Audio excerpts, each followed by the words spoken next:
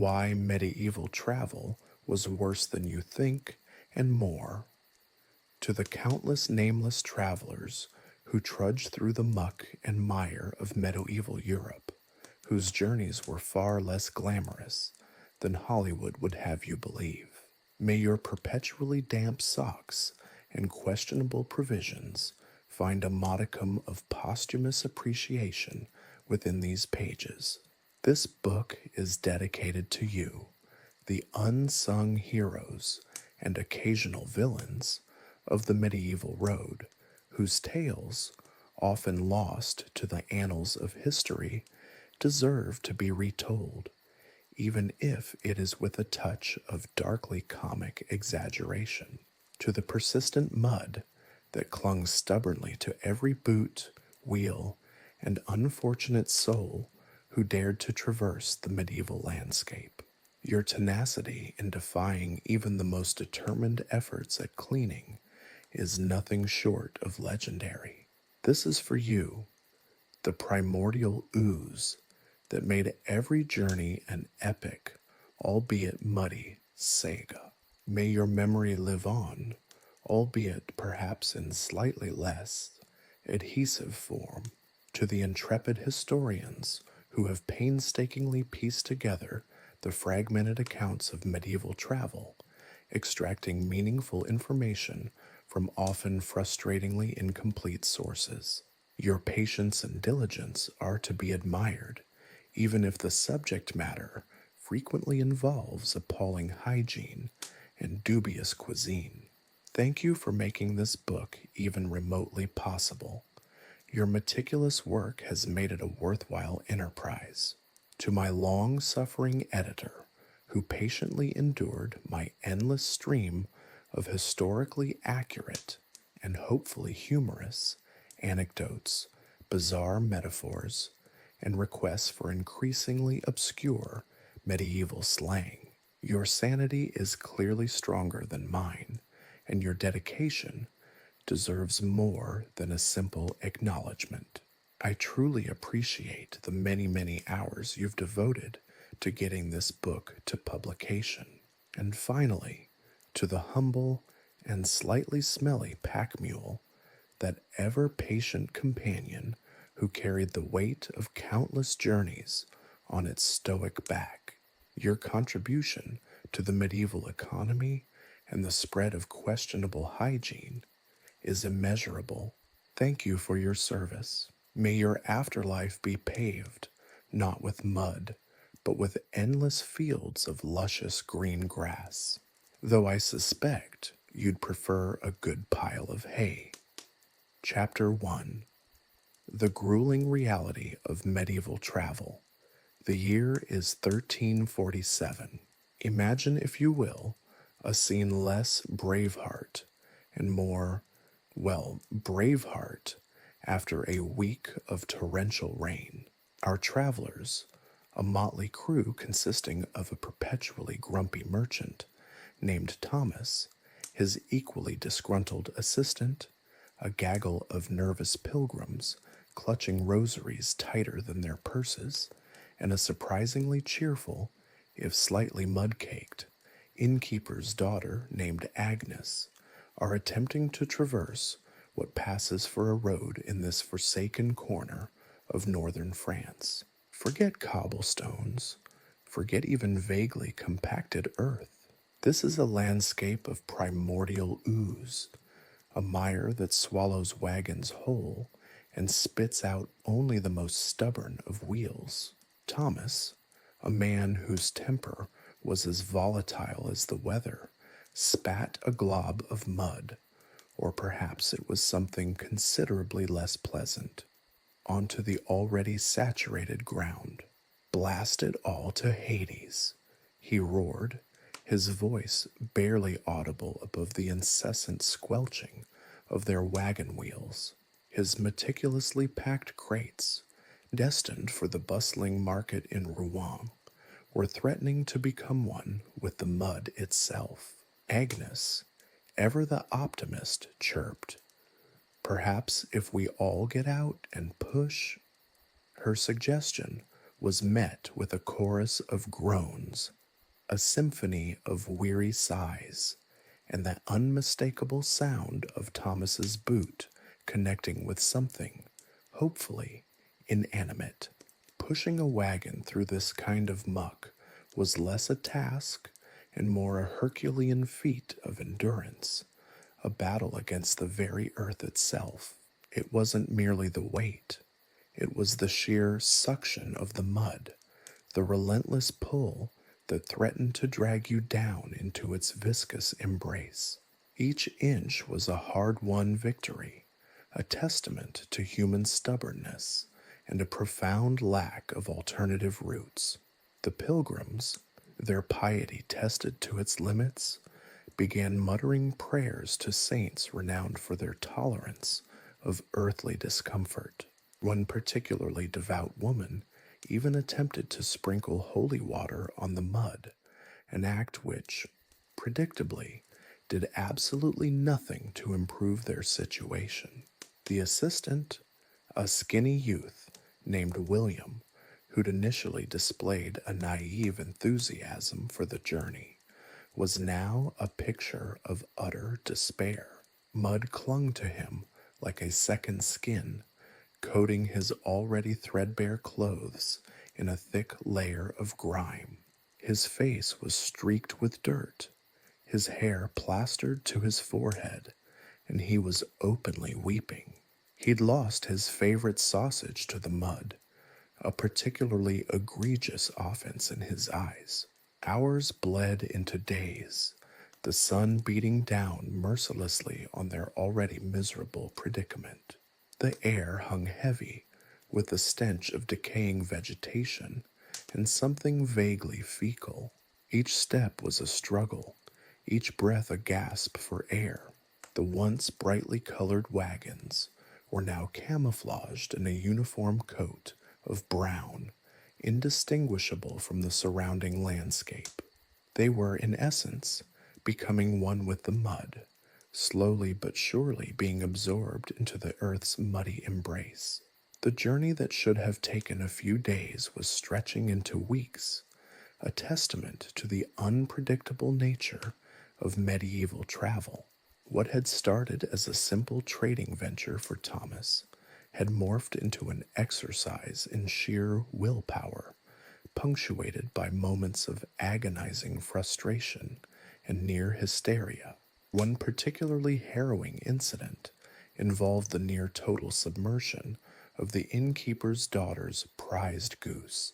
It seems that the poor creature, a plump white bird named Bartholomew, had decided that the muddy abyss was a superior habitat to the rickety wagon. Its desperate squawks, initially met with amusement from Agnes, swiftly escalated into a full-blown existential crisis for the young woman. The rescue attempt, which involved Thomas wading waist-deep in the muck, only served to worsen the overall state of their already precarious situation. Bartholomew, bruised and thoroughly defiled, was now sporting a fetching mud mask. The nights were no less pleasant. Sleeping in the mud, amongst the squelching sounds and the occasional unsettling croak of a frog, was not exactly conducive to peaceful slumber. The travelers huddled around a meager fire, their meager provisions barely enough to ward off hunger, their spirits dampened as much by the rain as by their circumstances. The lack of proper sanitation added to their woes. The constant presence of mud and the scarcity of clean water meant that hygiene was a luxury they could not afford. The consequence of this was predictable. A plague of stomach ailments rippled through the group. The cheerful innkeeper's daughter became a paragon of misery, Bartholomew's fate mirroring her own unfortunate digestive experiences. The psychological toll of the journey was perhaps even greater than the physical one. Hope, initially abundant, began to dwindle, replaced by a pervasive sense of despair. The monotony of the mud, The constant struggle against the elements, the gnawing hunger, all chipped away at their resolve, their sense of purpose obscured by the relentless brown sludge that surrounded them. Even Agnes's optimism seemed to weaken, her smiles replaced by strained grimaces and the occasional tearful outburst. Thomas, in a rare moment of self-reflection, induced by several days of near starvation and an encounter with a particularly aggressive leech, confessed to having romanticized the idea of medieval trade. He'd envisioned himself a dashing merchant, conquering new markets, amassing fortunes. The reality, however, was less merchant of Venice and more merchant of the mire. The contrast between their ordeal and the relatively painless experience of modern travel became glaringly obvious. Thomas muttered about the joys of a comfortable airplane seat, the convenience of a reliable car, and the sheer luxury of a paved road, none of which would have seemed out of place in a hallucination born of extreme exhaustion and hunger. Their journey became a metaphor for the challenges faced by all medieval travelers, not just the obvious dangers of bandits and wild animals, but the insidious, ever-present threat of the mundane. The mud, in its unremitting ubiquity, was the ultimate symbol of their struggle, a testament to the sheer difficulty of simply moving from one place to another. After what felt like an eternity, they finally reached their destination. The relief felt less like elation and more like profound exhaustion. They were a sorry sight, covered in mud from head to toe, emotionally drained, and smelling worse than a week-old compost heap. Thomas looked particularly haggard. His once pristine silks were now torn and mud-caked, the only trace of their former glory being a faint scent of lavender that had clung stubbornly to the fabric. However, they had arrived, their battered wagons and weary bodies having finally conquered the relentless mud and the seemingly endless path to nowhere, or perhaps to somewhere, albeit a destination far less glamorous than anyone had initially envisioned. Their tale serves as a potent reminder that the romanticized notions of medieval life often mask the brutal realities, including the utter, relentless, and soul-crushing reality of medieval mud. Having finally extricated themselves from the primordial ooze that masquerades as a road in northern France, our intrepid travelers found themselves facing a new, equally formidable challenge: sustenance. Forget romantic notions of hearty stews and overflowing banquets. The reality of medieval gastronomy, particularly for those on the move, was far less appealing. Think less Game of Thrones feast and more Game of Thrones after the Lannisters have raided the kitchens. Imagine, if you will, a piece of bread, not the fluffy artisan loaf you might pick up at your local bakery, but something akin to a petrified sponge, rock hard and possibly older than some of the pilgrims in the group. This was the staple of the medieval traveler's diet, a foundation upon which their already precarious nutritional intake was built. It was often stale, sometimes moldy, and always lacking in the subtle nuances of flavor modern palates have come to expect. Think of the texture of a particularly well-worn boot sole, and you're getting close. And let's not forget the meat. If the travelers were lucky, they might encounter some cured meat, salted, smoked, or otherwise preserved to prevent its immediate decomposition. But preserved in this context is more of a loose term. The process involved a somewhat haphazard application of salt and smoke, with varying degrees of success. Picture a sausage, its once vibrant color now a faded gray, its aroma a blend of something vaguely meaty and something decidedly suspect. The risk of botulism, a silent killer, was ever present, as was the possibility that the meat in question might have spent more time interacting with the environment than it ever did a butcher's knife. Fresh meat was a luxury, a rare and precious commodity. Even if they managed to acquire a freshly slaughtered animal, the lack of refrigeration presented a significant challenge.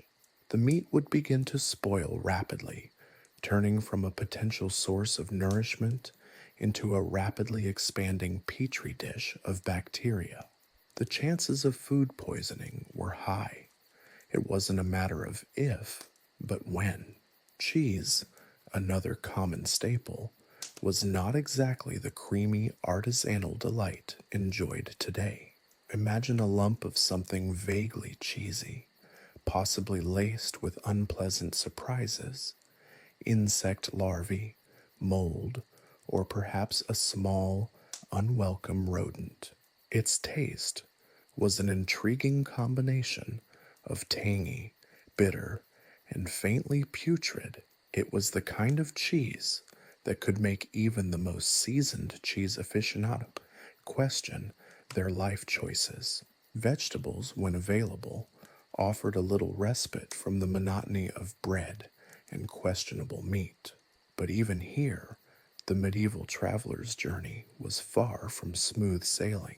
Lacking the proper storage and preservation methods, vegetables were prone to spoilage, often arriving at their destination in a state far less desirable than when they first left the field. Their crispness had long since departed, replaced by a limp, wilted appearance, reminiscent of a wilting flower after a month in the sun. Fruit, if they were lucky enough to come across it, faced similar issues. Bruised and battered apples, rotting berries, and overripe plums were not exactly the mouth-watering delights of modern supermarkets. They'd have been discarded as unwanted rejects in any modern fruit stand. The culinary landscape was bleak, monotonous, and filled with lurking hazards. There was a remarkable lack of variety. The traveler's diet consisted primarily of bread, meat, if available and not spoiled, cheese, if edible, and whatever random vegetable or fruit that hadn't yet succumbed to rot. Spices were expensive and often unavailable, meaning that meals lacked the flavor and zest of the modern palate. Let's consider the logistics. Imagine carrying your groceries for weeks on end without the convenience of modern packaging, refrigeration, or the luxury of preservatives. The food often had to be carried in sacks, exposed to the elements, and subject to the inevitable bumps and bruises of the journey. Think of a modern grocery shopping trip, a meticulously planned affair involving refrigeration, plastic wrapping, freezer bags, and the controlled environment of a supermarket. Then contrast that with the medieval version, a haphazard assortment of food items, crammed into dirty sacks and jostled during the bumpy wagon ride. Any modern-day supermarket shopper would shudder at the prospect. The constant threat of food poisoning and stomach ailments was another aspect of medieval travel. Lack of sanitation, contaminated water sources, and the inherent risks of consuming spoiled food meant that a bout of diarrhea or dysentery was a frequent visitor to the medieval traveler's experience. The concept of food safety was essentially non-existent. One can't help but draw an amusing, if slightly morbid, parallel to the modern fast food experience. In both cases, speed and convenience often come at the cost of quality and nutrition. Medieval travelers faced the choice of eating whatever was available, regardless of its palatability or safety. Modern consumers are tempted by the instant gratification of fast food, often ignoring the health implications. Both situations reveal the human penchant for prioritizing convenience over quality and health, a constant struggle across the centuries. Of course, the stark differences are many. Medieval food was likely far less processed than its modern counterpart, but that is a minor consolation when considering the quality and safety issues. While the average medieval traveler would likely shudder at the thought of a Big Mac, or possibly find it weirdly similar to the sort of thing they ate, we have to acknowledge the vastly improved safety and quality of modern food, no matter how far it deviates from perfection. Even the most enthusiastic advocate of medieval life would balk at swapping places with their predecessors in this context. The meals themselves were often eaten on the go, a hasty affair punctuated by the squelching of mud underfoot and the occasional alarming cry from a fellow traveler. There was little room for culinary finesse or elegance. A handful of dry bread, a piece of rancid sausage, and a lukewarm draught of water was a common menu, a far cry from the leisurely, refined dining experiences of the wealthy elite. In essence, the medieval traveler's diet was a constant battle against hunger, spoilage, and the ever-present threat of illness. It was a grueling reality, a stark reminder of the challenges faced by those who dared to traverse the treacherous landscapes of the medieval world.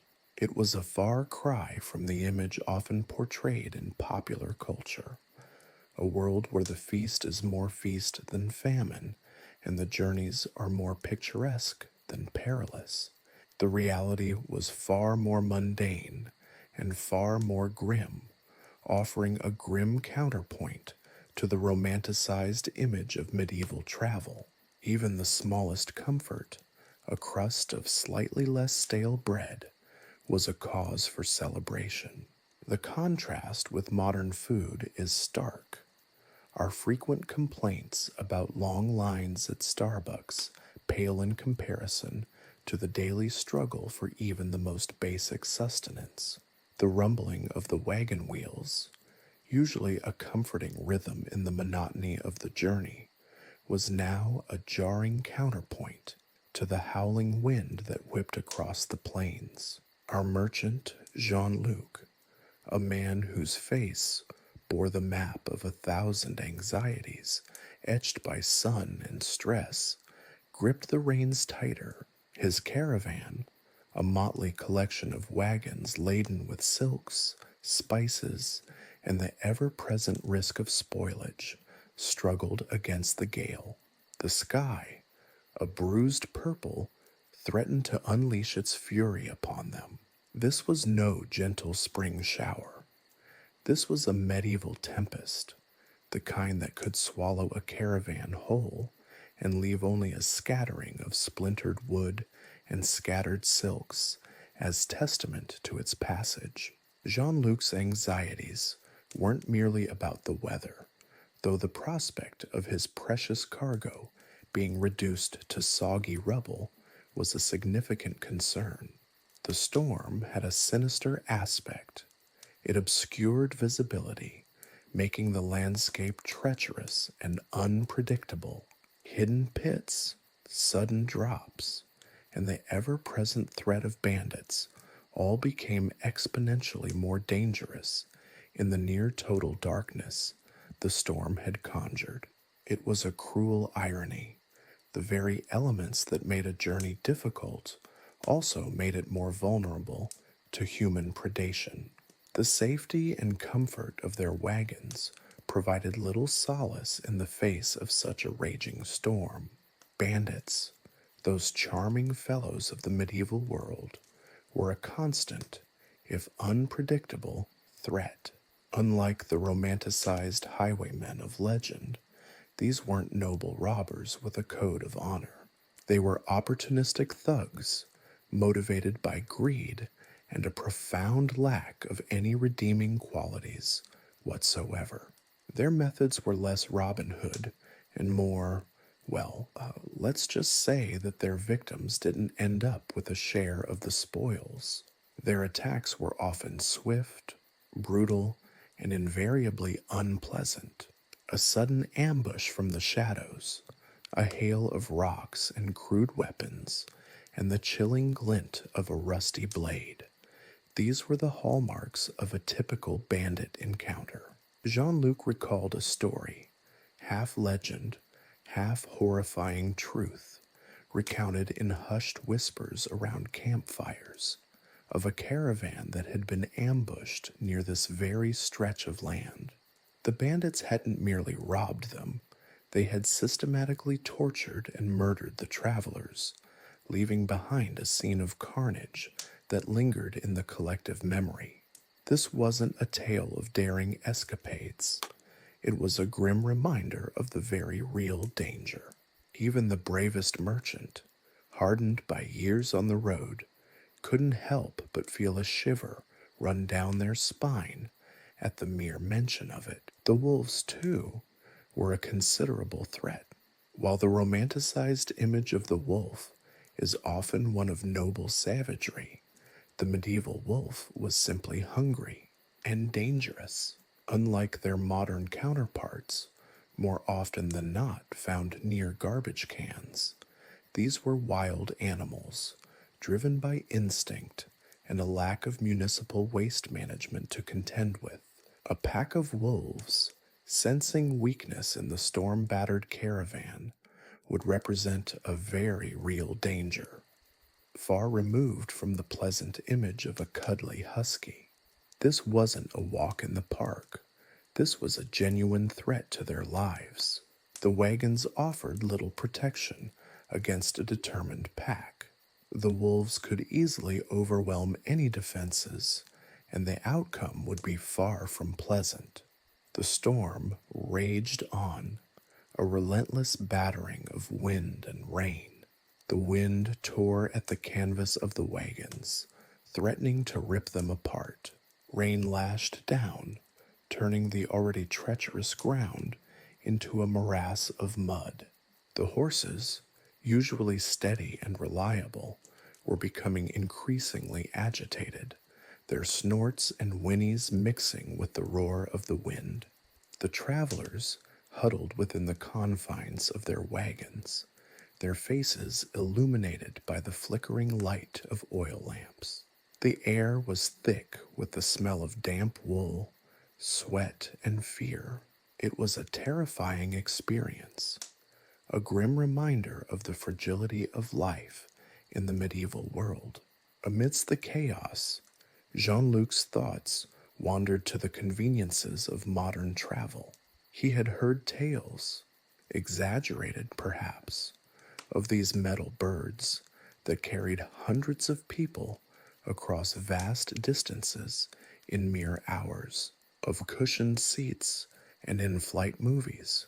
Even the dreaded modern equivalent of a delay, a flight cancellation, was a universe removed from the life-threatening perils he currently faced. The anxiety of a delayed flight pales in comparison to the prospect of a wolf attack. One can almost hear the modern traveler complaining about a delayed flight causing a missed meeting. A missed meeting. Jean-Luc would give anything to face such petty anxieties instead of the very real, life-altering potential of a bandit raid or a wolf attack. The modern equivalent of a bumpy car ride is still a distant cousin of the terrors of medieval travel. Imagine the modern traveler's angst over a flat tire compared to the reality of a collapsing wagon wheel in a storm, surrounded by howling wolves. The modern anxiety of a traffic jam simply doesn't compare to the reality of being surrounded by armed bandits. The inconvenience of a canceled train pales against the reality of a broken down wagon in a blizzard. Even the modern horror of a delayed package is a universe removed from the reality of bandits stealing your entire livelihood.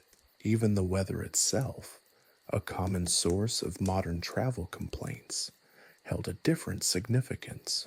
A modern traveler might curse a rain shower that delays their commute. A medieval traveler might see a storm as a life-threatening event that could lead to death or starvation. The storm, a temporary inconvenience in modern travel, was often a catalyst for disaster in the medieval era. As the storm finally began to subside, revealing a landscape transformed into a muddy wasteland, the caravan continued its journey, battered but not broken. The travelers, exhausted and shaken, were left with a lingering sense of vulnerability and a newfound appreciation for the relative safety and comfort of modern travel, however much they might grumble about delayed flights or crowded airports. The contrast between the arduous journey and the relative ease of modern travel is stark, and it is that contrast which highlights the incredible advancements in safety and convenience that have taken place since the days of our intrepid medieval merchants. The next leg of their journey seemed even more perilous, the storm having left its mark on the landscape, obscuring trails and creating treacherous new obstacles. The ever-present fear of bandits and wild animals remained, and the memory of the storm acted as a constant reminder of the precariousness of their situation. The travelers, weary and worn, continued their journey, each step a gamble against fate. The journey was a constant test of endurance, a testament to the resilience of the human spirit in the face of adversity. The reality of medieval travel was a far cry from the romanticized versions often depicted in literature and film. It was a brutal, unforgiving experience, full of hardship and peril, constantly threatening life and limb. This wasn't a leisurely tour. It was a fight for survival, each day a testament to their perseverance against the odds. The contrast with modern travel, with its relative safety and convenience, served as a powerful reminder of the significant progress made over the centuries. It was a humbling realization, a testament to the significant advances in travel safety and convenience that have transformed journeys from life-threatening ordeals into mostly predictable, if sometimes inconvenient, events. Even the most ardent medieval enthusiast would have to acknowledge the vast improvement in travel safety in the modern world. The storm, though abated, had left its mark, a landscape transformed into a treacherous mire. Each step was now a test of endurance, the mud sucking at their boots, threatening to swallow them whole. Blisters, those insidious companions of the medieval traveler, bloomed on feet already raw from days of relentless walking. The constant chafing of rough-spun clothing against skin, irritated by sweat and grime, added another layer of misery. Jean-Luc, hardened as he was, found himself wincing with each movement, a symphony of aches and pains, a constant reminder of the journey's toll. His companions weren't faring any better. A young apprentice, barely out of his teens, limped along, his face pale with exhaustion, a deep gash on his leg stubbornly refusing to heal, attracting flies like a morbid magnet. The lack of proper sanitation, A constant companion on the road meant that even minor wounds were prone to infection, a potential death sentence in a world without antibiotics. The air, thick with the stench of sweat, mud, and decaying organic matter, only served to exacerbate the problem. The nights were little better than the days. Sleep, a fleeting luxury, was snatched in cramped, damp wagons, the uneven ground offering little comfort. The discomfort of hard wooden benches, or worse, the cold, unforgiving earth, left them with aching backs and stiff limbs. The constant threat of bandits, wild animals, and the elements meant that true rest remained elusive. A nervous vigilance punctuated any attempt at sleep. The luxury of a soft bed, a concept so commonplace in the modern world, felt like a distant, unattainable dream. Food, too, was a constant source of discomfort. The meager rations, consisting mostly of stale bread, hard cheese, and salted meat, offered little nourishment. The relentless physical exertion demanded far more sustenance than was provided, leading to a gnawing hunger that gnawed at their resolve as much as their stomachs. The occasional treat, a piece of fruit, or a bit of roasted meat, was a precious commodity, a small respite from the monotonous and often unsavory fare. The modern traveler's complaints about airline food, even at its most uninspired, pale in comparison to the constant hunger and the threat of scurvy that dogged medieval travelers. Disease was a silent predator, lurking in the shadows, ready to pounce at the slightest sign of weakness. Dysentery, typhoid, and cholera were ever-present threats, spreading rapidly through unsanitary conditions. The lack of clean water, a common problem for travelers, only amplified the risk of contamination. A simple cough could quickly escalate into a deadly illness. A sickness within the caravan meant a potential disaster.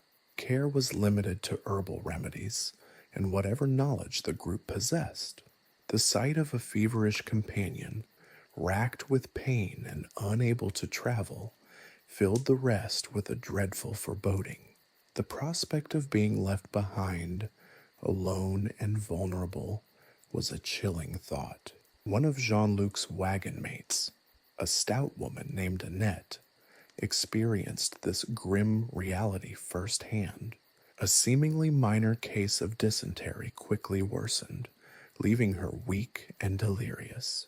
The caravan, having no choice, pressed on, Annette bundled in a meager pallet, her pained moans a haunting counterpoint to the rhythmic creaks of the wagons.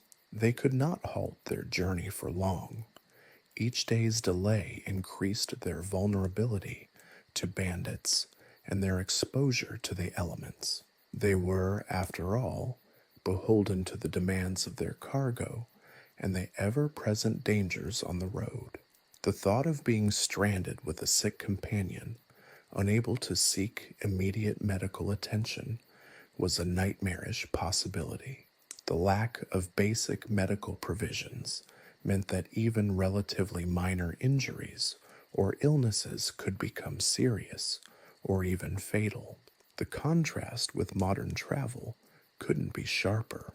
Jean-Luc, though his knowledge of the metal birds was hazy, had heard tales of modern medicine, of readily available treatments for injuries and illnesses, of sterilized environments and hygiene practices unthinkable in his time. He imagined a world where a sick passenger would receive prompt medical attention, not the crude treatments and grim pronouncements of his own era. The modern traveler, suffering even a relatively minor ailment, might lament the cancellation of their holiday, but Jean-Luc and his companions faced potential death from relatively minor sickness. Even the seemingly minor inconveniences of modern travel held no comparison to the physical hardship endured on their arduous journey. The cramped seats of a modern airplane, a frequent subject of traveler complaints, paled in comparison to the relentless backache and physical exhaustion from days on horseback, or the relentless jarring of a wagon traversing treacherous terrain. Modern travelers might bemoan delayed luggage, a frustration surely, yet imagine the anxiety and utter despair of having your entire livelihood, all the stock within your wagon, stolen by brigands. The mental toll of such a journey was as profound as the physical burden. Constant anxiety, fear, and exhaustion eroded the spirits of the travelers. The ever-present threat of danger, whether from bandits, wild animals, or the elements, created a state of perpetual tension.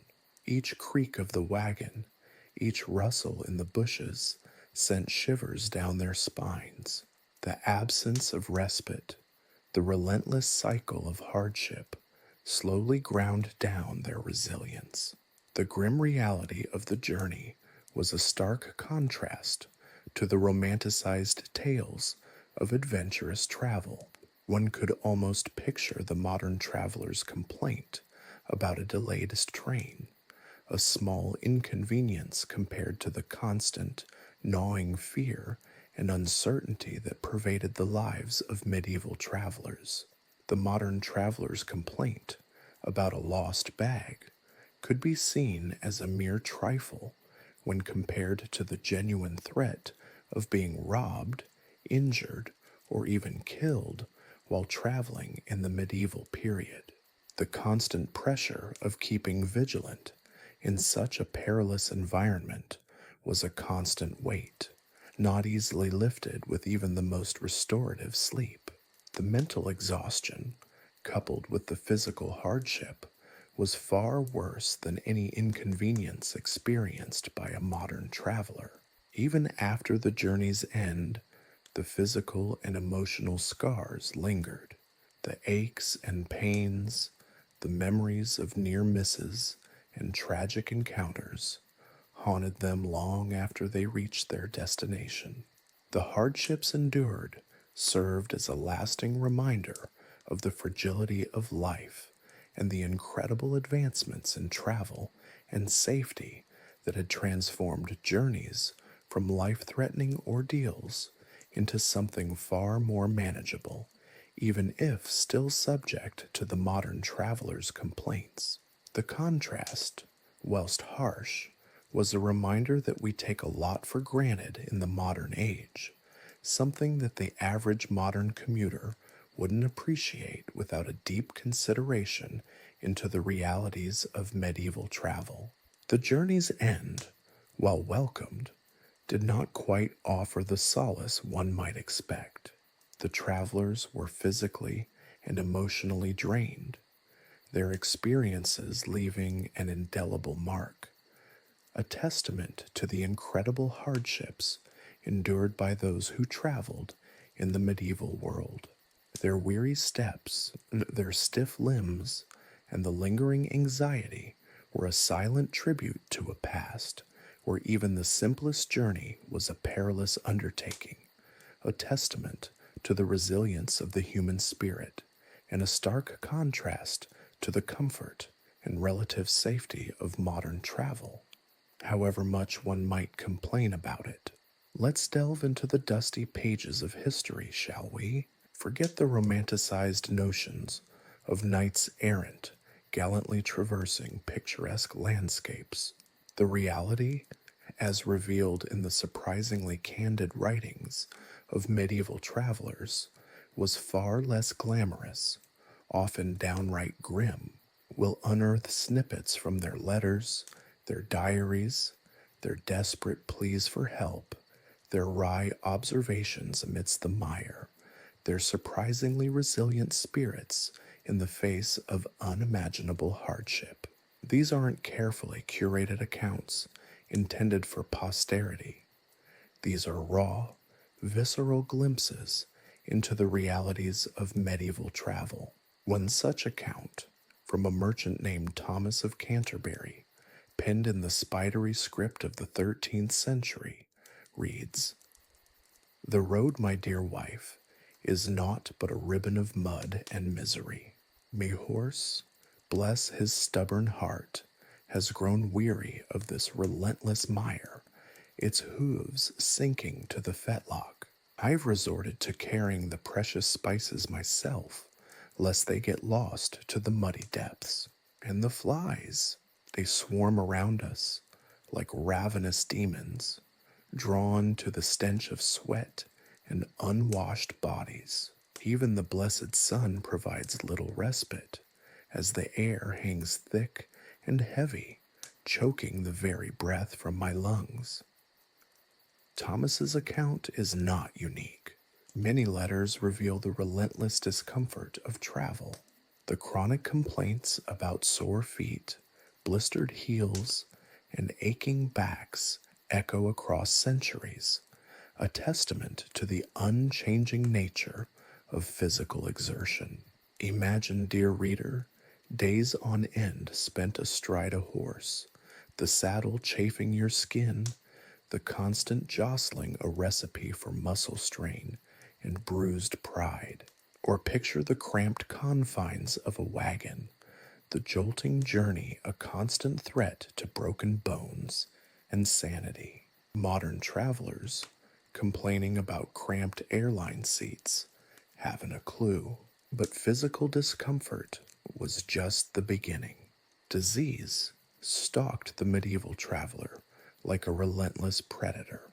A letter from a pilgrim, Sister Agnes of York, recounts the harrowing experience of a cholera outbreak within her group. "The Lord's grace is upon us still, though many have succumbed. The stench of death hangs heavy in the air. We bury our dead in shallow graves, praying that the earth will consume them before the vultures do. The remaining provisions are dwindling, and our strength is fading faster than hope."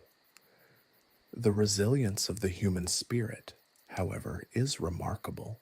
Even amidst these hardships, humor, often dark and gallows, finds its way into the texts.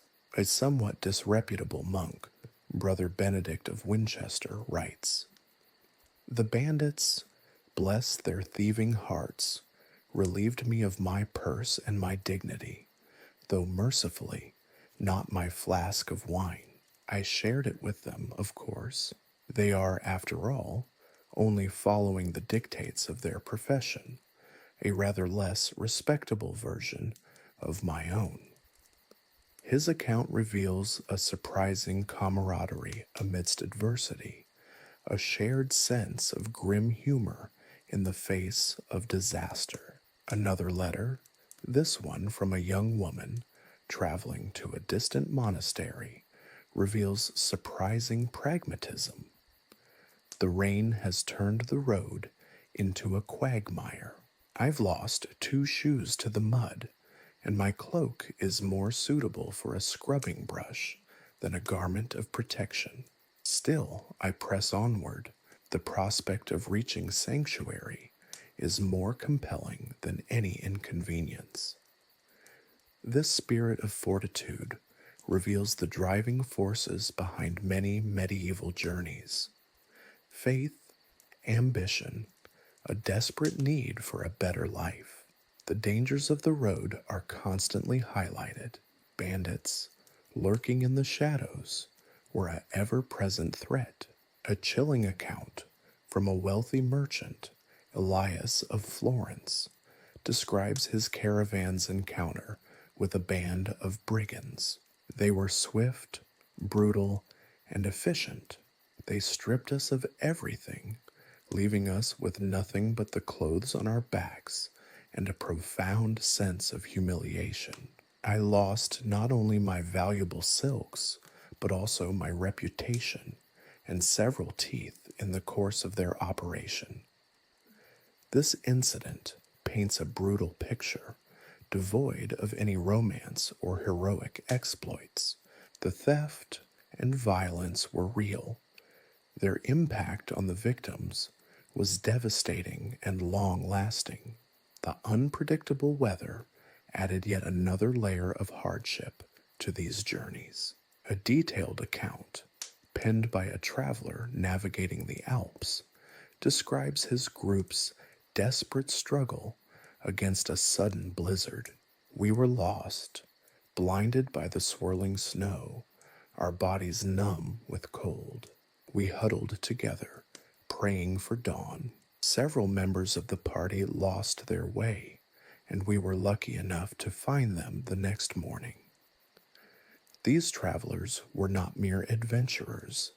They were fighting a desperate fight for survival against the relentless forces of nature. Medieval travel diaries, unlike today's travel blogs, often lacked the detailed descriptions of breathtaking scenery. The focus was invariably on the hardships, the obstacles, the ever-present threat of death. A simple journey, even a relatively short one, could easily transform into a struggle for survival. Yet, amidst the misery and peril, we find glimmers of resilience, of remarkable human spirit.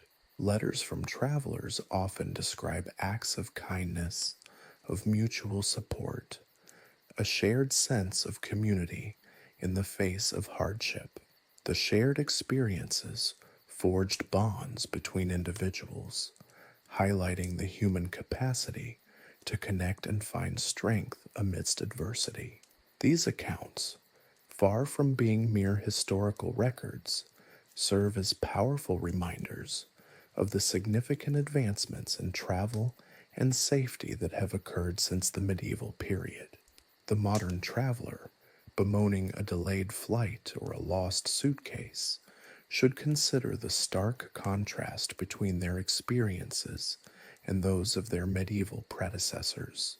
The next time you're stuck in airport security, take a moment to appreciate the relative comfort and safety of modern travel.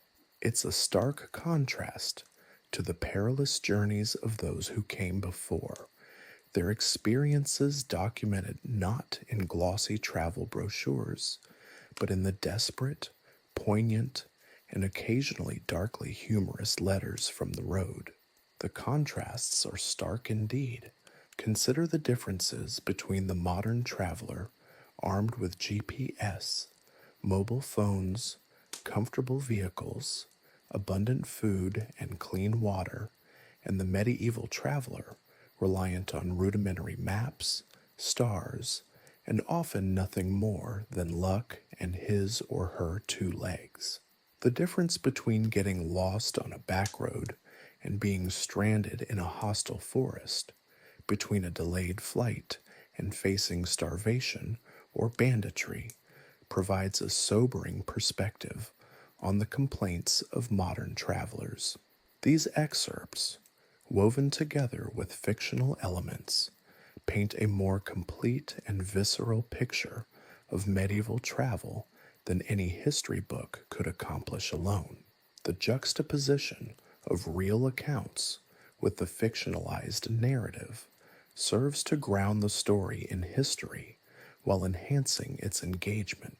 It allows readers to vicariously experience the hardships and the occasional grim humor that defined medieval travel, offering a unique blend of historical insight and captivating storytelling. The letters, however terse or fragmented, provide a direct connection to the past, a raw, unflinching look at a world vastly different from our own, and that, perhaps, is the most valuable lesson of all. Chapter 2, Medieval Hospitality, a Mixed Blessing. The road, as Thomas of Canterbury so eloquently, if somewhat hyperbolically, put it, was indeed a ribbon of mud and misery. But even the most miserable ribbon eventually led somewhere, and that somewhere usually required shelter. Finding it, however, was often as fraught with peril as the journey itself. The options, broadly speaking, were inns, monasteries, and the occasional, often reluctant peasant home. Let's explore these havens, or more accurately, potential havens of medieval hospitality. Inns, in the popular imagination, often conjure images of bustling taverns filled with boisterous laughter and the clinking of tankards. The reality, however, was frequently less picturesque. Many inns were little more than ramshackle buildings, offering meager protection from the elements. Think leaky roofs, drafty walls, and floors that groaned under the weight of centuries of accumulated grime. The rooms, often cramped and shared with strangers and their fleas, offered little in the way of privacy. Imagine, if you will, sharing a room with a snoring blacksmith, a coughing pilgrim, and a surprisingly chatty woman who seemed to know the secrets of everyone in the county. Cleanliness, as one might expect, was a concept treated with considerable ambiguity. While some inns might boast a rough semblance of order, others resembled pigsties, albeit ones that charged exorbitant fees. The beds, usually straw pallets, were frequently infested with vermin. One traveler, writing home in a rather disgusted tone, described his night's rest as a wrestling match with a colony of fleas, which I confess they won decisively. The food, too, left much to be desired. While some wealthier inns might offer a basic stew or a piece of roasted meat, many travelers found themselves consuming gruel, stale bread, and perhaps the occasional piece of questionable cheese. Water, often contaminated, was a source of constant concern, and even wine, that supposed elixir of medieval life, was not always a safe bet. One unfortunate traveler recounts a night spent battling a particularly virulent stomach ailment, courtesy of a charming jug of local wine. His subsequent narrative is best left to the imaginations of the reader. Let us simply say it involved a great deal of regrettable proximity to the nearest privy. Then there were the characters themselves, populating the inns and their surrounding areas. Rough-looking travelers, suspicious merchants, and the ever-present possibility of thieves made spending even a single night a gamble.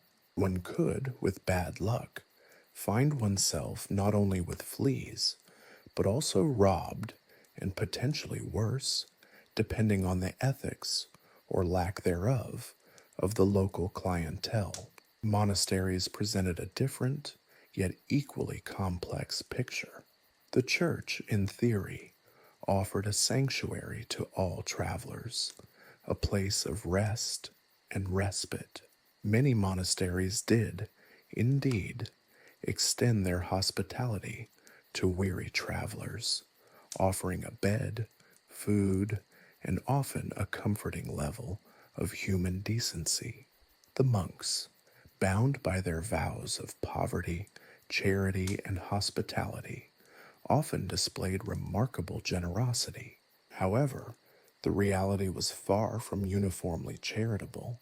Some monasteries, particularly those in remote or less affluent regions, were barely able to support themselves, let alone a stream of wandering travelers. Moreover, the monastic life, with its rigid routine and emphasis on prayer and contemplation, was not always welcoming to those accustomed to a less disciplined lifestyle. One traveler, a boisterous merchant named Bartholomew, described his stay at a particularly austere monastery as a week of penance I didn't deserve. The early morning services, the sparse meals, and the utter absence of anything resembling entertainment drove him nearly to madness. He later confessed to attempting to bribe a monk with a whole bottle of wine for permission to escape a week earlier than expected, only to find the monk far more resolute in his dedication to God than to Bacchus. Peasant homes, the third and often least desirable option, were a last resort for many travelers. Hospitality, in these cases, varied dramatically depending on the farmer's own circumstances and disposition. Some peasants, struggling to feed their own families, had little to offer a stranger. Others, however, displayed an extraordinary generosity, sharing their meager meals and offering a corner of their home for the night.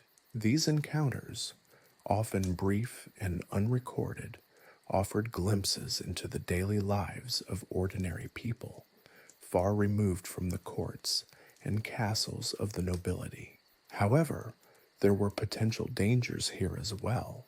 Language barriers, suspicion of outsiders, and the ever-present risk of misunderstandings could turn a simple request for shelter into an uncomfortable, even dangerous situation.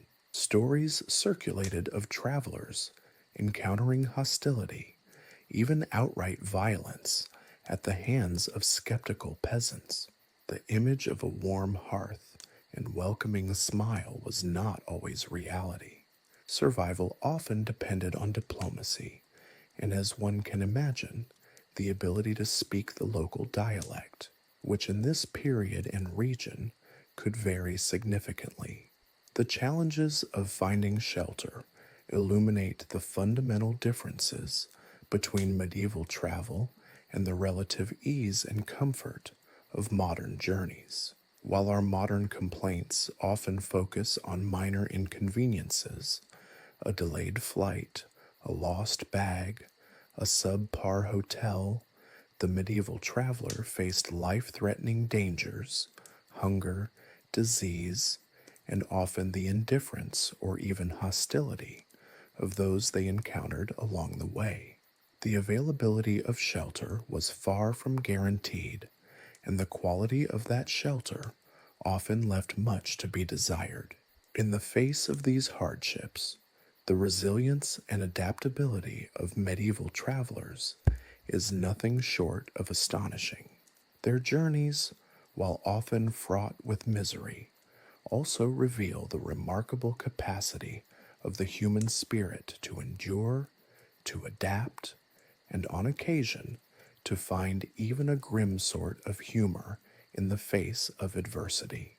Their stories, pieced together from fragmented accounts and embellished with a dash of fictional license, serve as a humbling reminder of how fortunate we are today, even as we complain about the smallest inconveniences.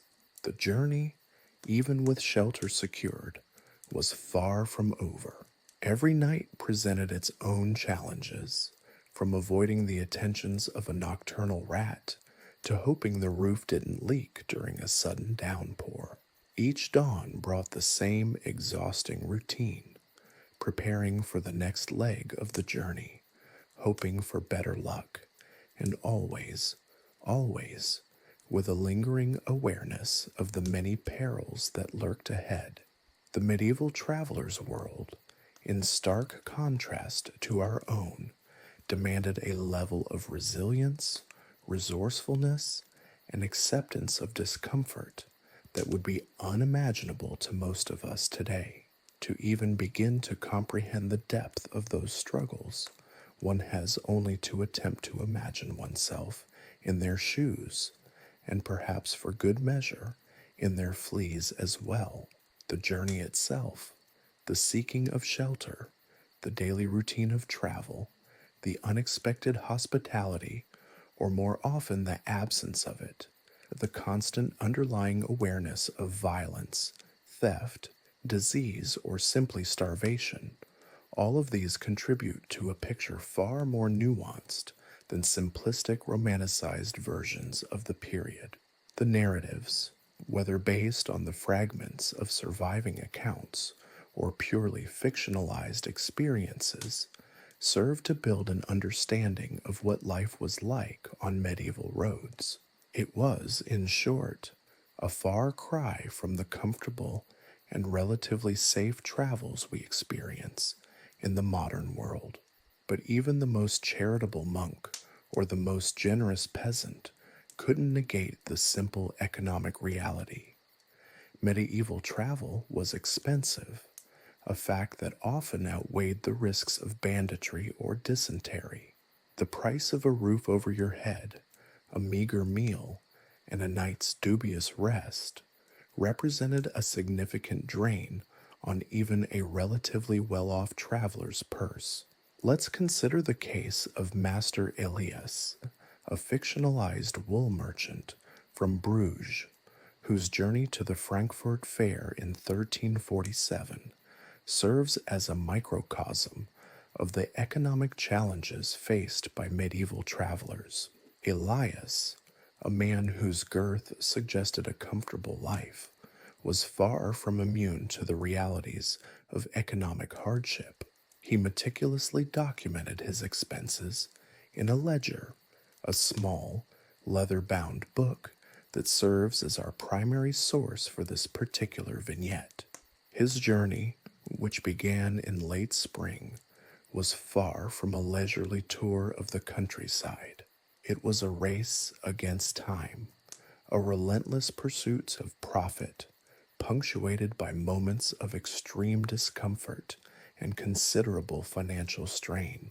His initial outlay involved equipping himself for the journey: a sturdy mule, a considerable investment, saddlebags, provisions for the first few days, and the ever-present need for coin to pay for lodging, food, and unexpected repairs. A good pair of boots, essential for traversing the often muddy and rutted tracks, was another significant investment. These were not the flimsy shoes of the modern shopper, but heavy, carefully crafted footwear designed for both durability and protection against the hazards of the road.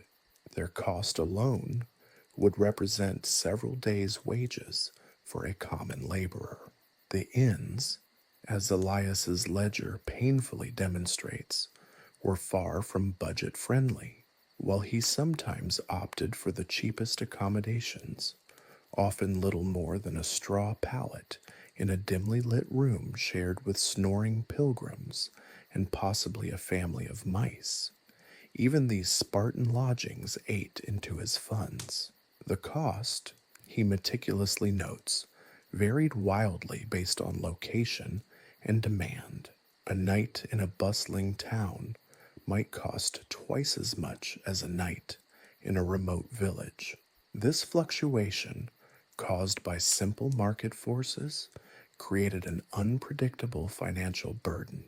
The price wasn't just for the room itself, but also included a tacit acknowledgement of certain shared amenities, all questionable. Food was another significant expense.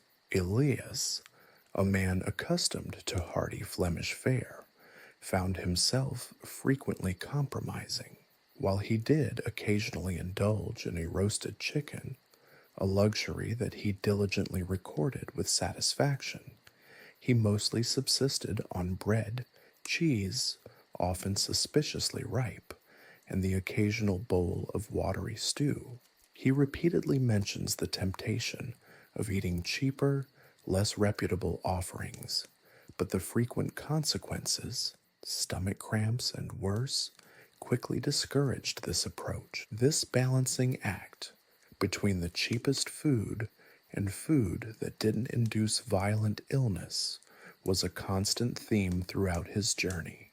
The ledger entries detailing such events, written with a mix of desperation and dark humor, provide a rare glimpse into the realities of medieval gastrointestinal woes. Beyond the basic costs of lodging and food, Elias had to contend with unexpected expenses. A sudden downpour damaged his saddlebags, necessitating the costly purchase of new ones. A minor ailment required the services of a traveling apothecary. The apothecary, predictably, took advantage of the traveler's vulnerable state and charged exorbitant fees for rather ineffective remedies. Then there were the tolls on various bridges and roads, fees levied by local lords and officials. These were not merely a matter of convenience. Often, they were a necessity. To avoid them would mean potentially facing dangers far greater than the mere cost of the toll. Comparing Elias's expenditures with modern travel costs offers a stark contrast. While a medieval merchant might spend a considerable portion of his capital on a journey to a distant market, the relative affordability of modern transport is undeniable. We complain about airline ticket prices, the cost of a hotel room, or the outrageous cost of airport food, yet these pale in comparison to the financial burdens faced by medieval travelers. While Elias might have spent weeks, even months' earnings, on a single trading expedition, a modern individual can traverse continents for a relatively modest sum. The time and financial burden of travel was significantly higher in the medieval period. Moreover, we must consider the time cost. Elias's journey to Frankfurt, a distance that today could be covered in a few hours by plane, took him several weeks.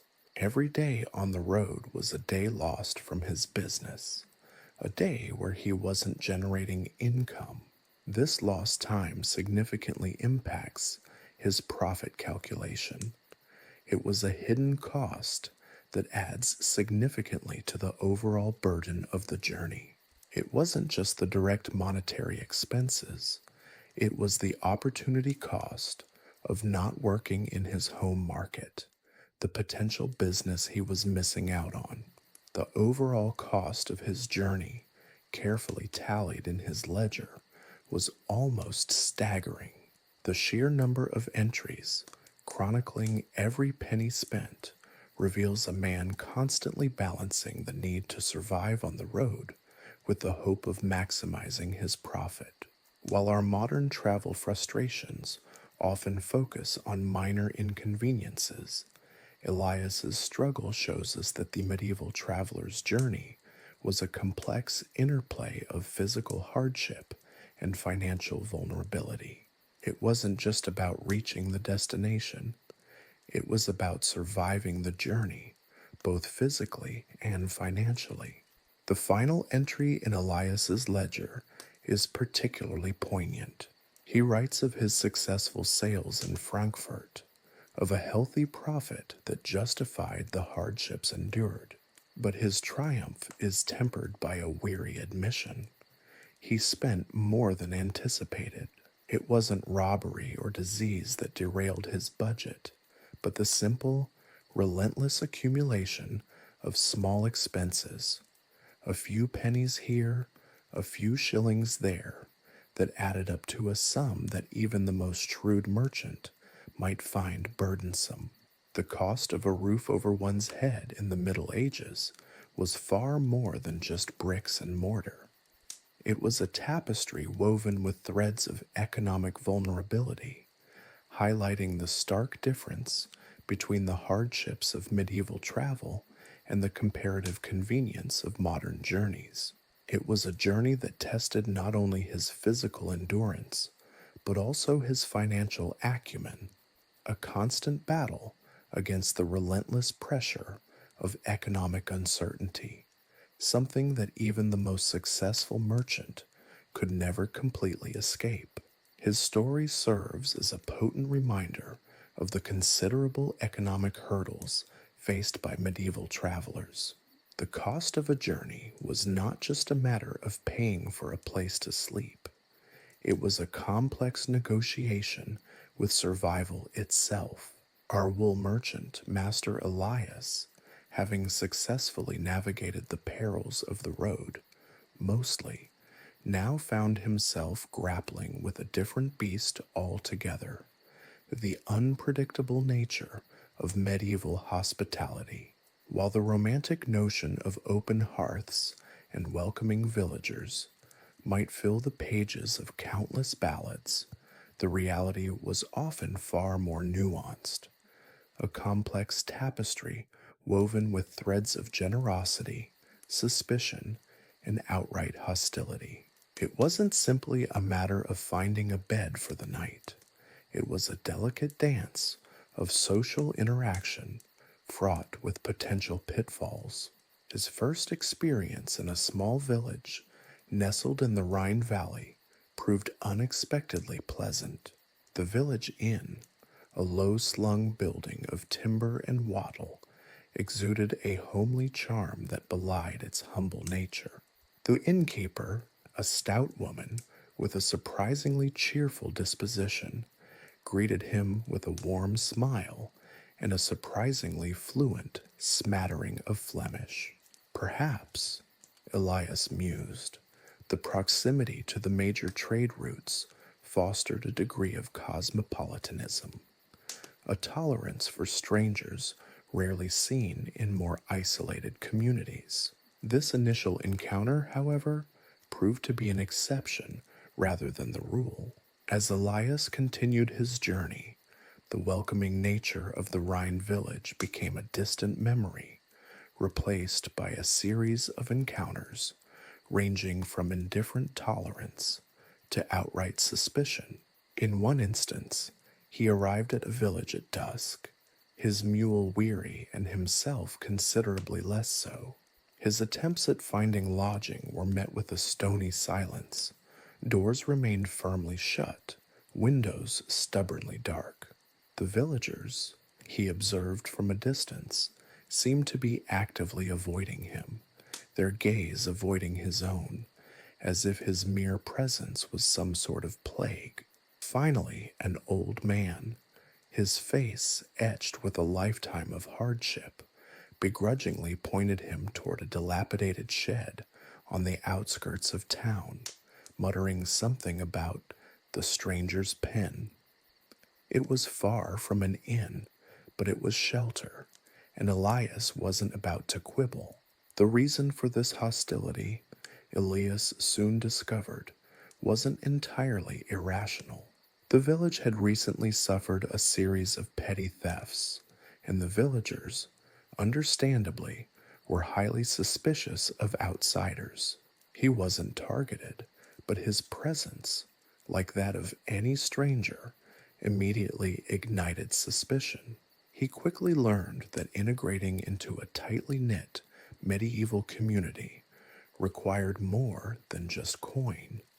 It demanded trust, a commodity that a weary, dusty traveler rarely possessed. He attempted to remedy this by offering small gifts, a few extra coins for the children, some of his finer cheese to the old man, but his attempts to ingratiate himself seemed to only reinforce the villagers' preconceptions about strangers. The warmth of the Rhine village remained a far-off, almost dreamlike memory. Another experience, in a larger town, offered a different sort of challenge. Here, the hospitality was less hostile and more opportunistic. The innkeeper, a shrewd man with a practiced smile and an even more practiced way of inflating prices, eagerly welcomed Elias. But the cost of even the most basic room was significantly higher than he had anticipated. The food was similarly overpriced, and to be frank, rather suspect. He suspected he had been purposely overcharged as a simple traveler in a town where merchants regularly frequented. Elias's detailed ledger entries reflect this frustration. The descriptions of the accommodations, food, and interactions with the locals range from humorous to exasperated, a constant reminder of the complexities and unpredictabilities of medieval life. This wasn't about simple hospitality. It was a negotiation, a careful balancing act between the traveler's needs and the innkeeper's desire for profit. Yet, there were moments of unexpected kindness. In a small monastery, nestled away in a secluded valley, he was greeted with genuine warmth and hospitality. The monks, far from being the aloof, scholarly figures of popular imagination, were surprisingly down to earth individuals, keen to hear tales from the outside world. They provided him with a comfortable room, a hearty meal, and engaging conversation. It wasn't simply charitable hospitality, though that certainly played a part, but rather a genuine interest in the world beyond their secluded walls. This encounter, a stark contrast to the previous ones, highlighted the diversity of experience faced by a medieval traveler. The experience provided a welcome respite from the often suspicious encounters with the outside world. The monks weren't just offering a place to sleep, they offered a break from the constant tension of interacting with strangers. It was a moment of genuine human connection, a reminder that even in a world often defined by suspicion, acts of kindness could still flourish. His journey wasn't merely a physical traversal of the landscape, it was a social experiment, a test of his ability to navigate the complex social dynamics of medieval life. He learned to read the subtle cues of a community, to discern the difference between genuine welcome and thinly veiled hostility. He discovered that the simple act of asking for shelter could sometimes elicit suspicion, mistrust, or even outright rejection. The fear of theft, the constant threat of violence, all colored the interactions between travelers and the local communities. He observed the subtle power dynamics at play, the way in which wealth and social status could influence the kind of reception he received.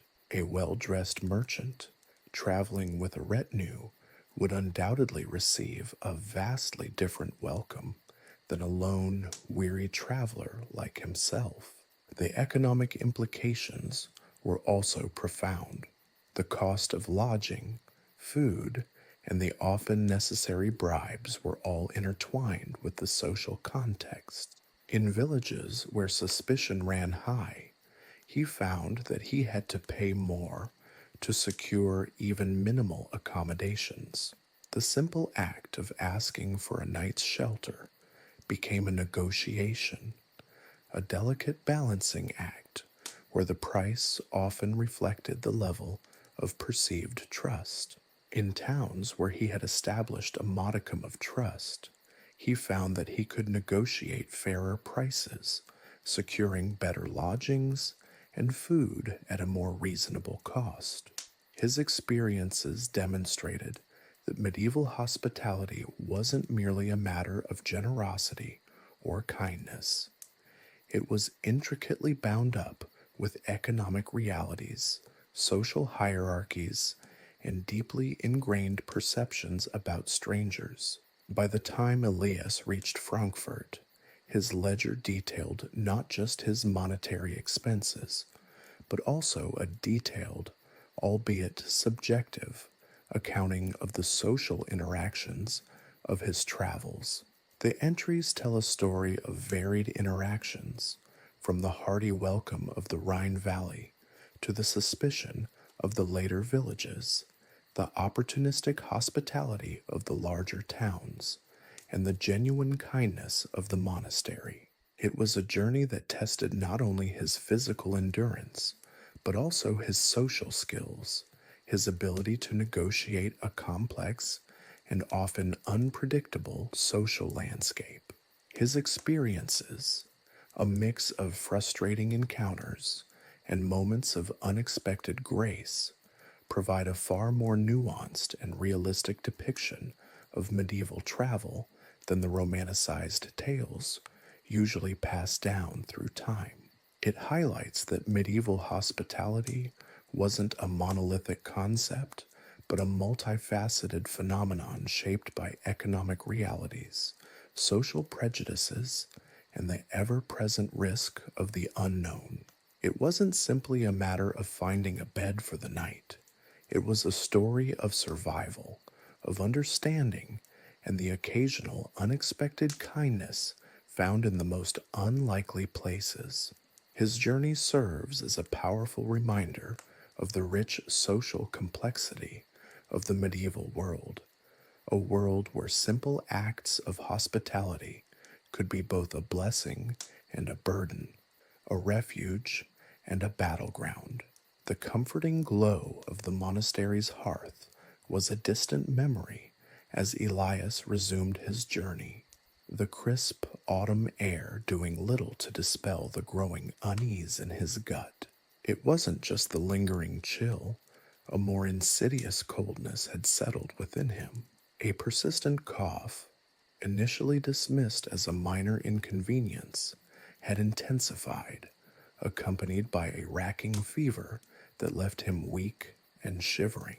The vibrant tapestry of the countryside, once a source of wonder, now blurred through a haze of sweat and delirium. He pushed onward, driven by a stubborn refusal to surrender to the creeping weakness. Frankfurt, his destination, seemed an impossibly distant goal, each mile a monumental effort.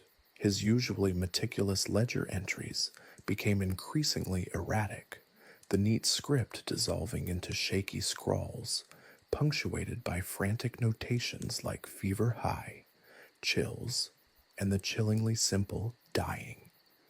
His detailed observations of inns and social interactions gave way to a single, desperate focus: survival. The next village was a blur of panicked faces and hushed whispers. The fear in their eyes wasn't the cautious suspicion he'd grown accustomed to. This was something more primal, a fear of contagion.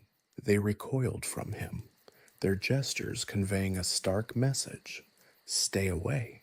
He found himself banished to the edge of the village, huddled in a makeshift shelter of discarded hay, the biting wind a cruel mockery of his internal fire. His resources dwindled rapidly. The few coins he had left were barely enough for meager rations of stale bread and watered-down wine, hardly the sustenance needed to fight off a galloping fever. The notion of finding medical assistance was laughable. Medieval medicine, as he'd glimpsed in dusty tomes during his travels, was a chaotic blend of superstition, herbal remedies, and bloodletting that would more likely hasten death than prevent it. The very idea of a physician, trained and equipped to handle his condition, felt as far-fetched as a unicorn sighting. His thoughts drifted back to Frankfurt, a city he now envisioned as a shimmering mirage, a beacon of hope that might never be reached. He recalled the bustling markets, the imposing architecture, the confident strides of merchants far richer than himself. Even in that relatively advanced city, sanitation was rudimentary at best. Open sewers flowed through the streets, a constant reminder of the precarious balance between life and death. He imagined the filth and the teeming masses, a breeding ground for disease. The idyllic romanticism of medieval life was lost upon him. This was a fight for survival, and he was losing. Days bled into nights, marked only by the relentless cycle of fever and chills. The pain became a constant companion, a dull ache that intensified with each shuddering breath.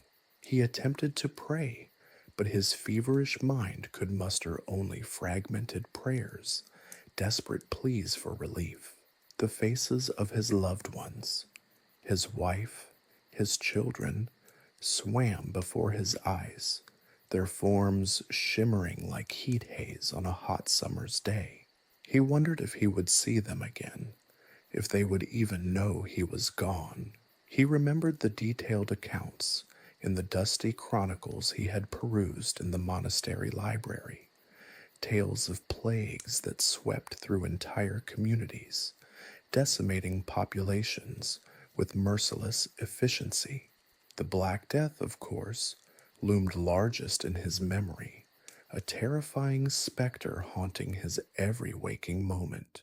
He read about the gruesome symptoms, the agonizing death throes, the mass graves overflowing with the victims. He read of the attempts at treatment, desperate measures like applying leeches, purging the body with herbs, or performing incantations.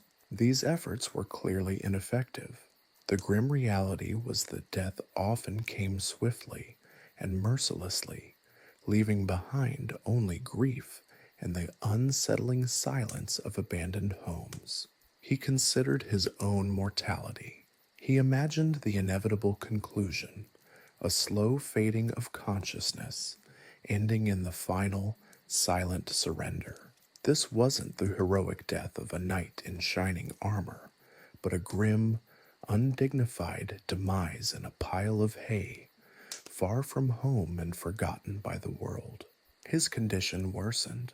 The cough grew more violent, tearing at his lungs, bringing up blood. He felt the weakening of his grip on life, a subtle loosening of the thread that connected him to the world. The once clear image of Frankfurt faded, replaced by a swirling darkness. He felt himself slipping away, pulled into the abyss. He eventually found himself in the hazy grasp of unconsciousness, a state between life and death, haunted by fragmented memories and feverish dreams. The once vibrant landscape faded into a monochrome world of pain and despair. Then, quite unexpectedly, a flicker of light pierced the darkness. A figure emerged from the swirling mist, a woman, not an angel, as his feverish mind had initially conjured, but a woman dressed in simple, worn clothing. She was not a healer, certainly not one trained in the sophisticated medical practices of modern times. She held a simple cloth, soaked in something that smelled faintly of herbs. She tended to him, her actions quiet and compassionate. She fed him broth, soothing his parched throat.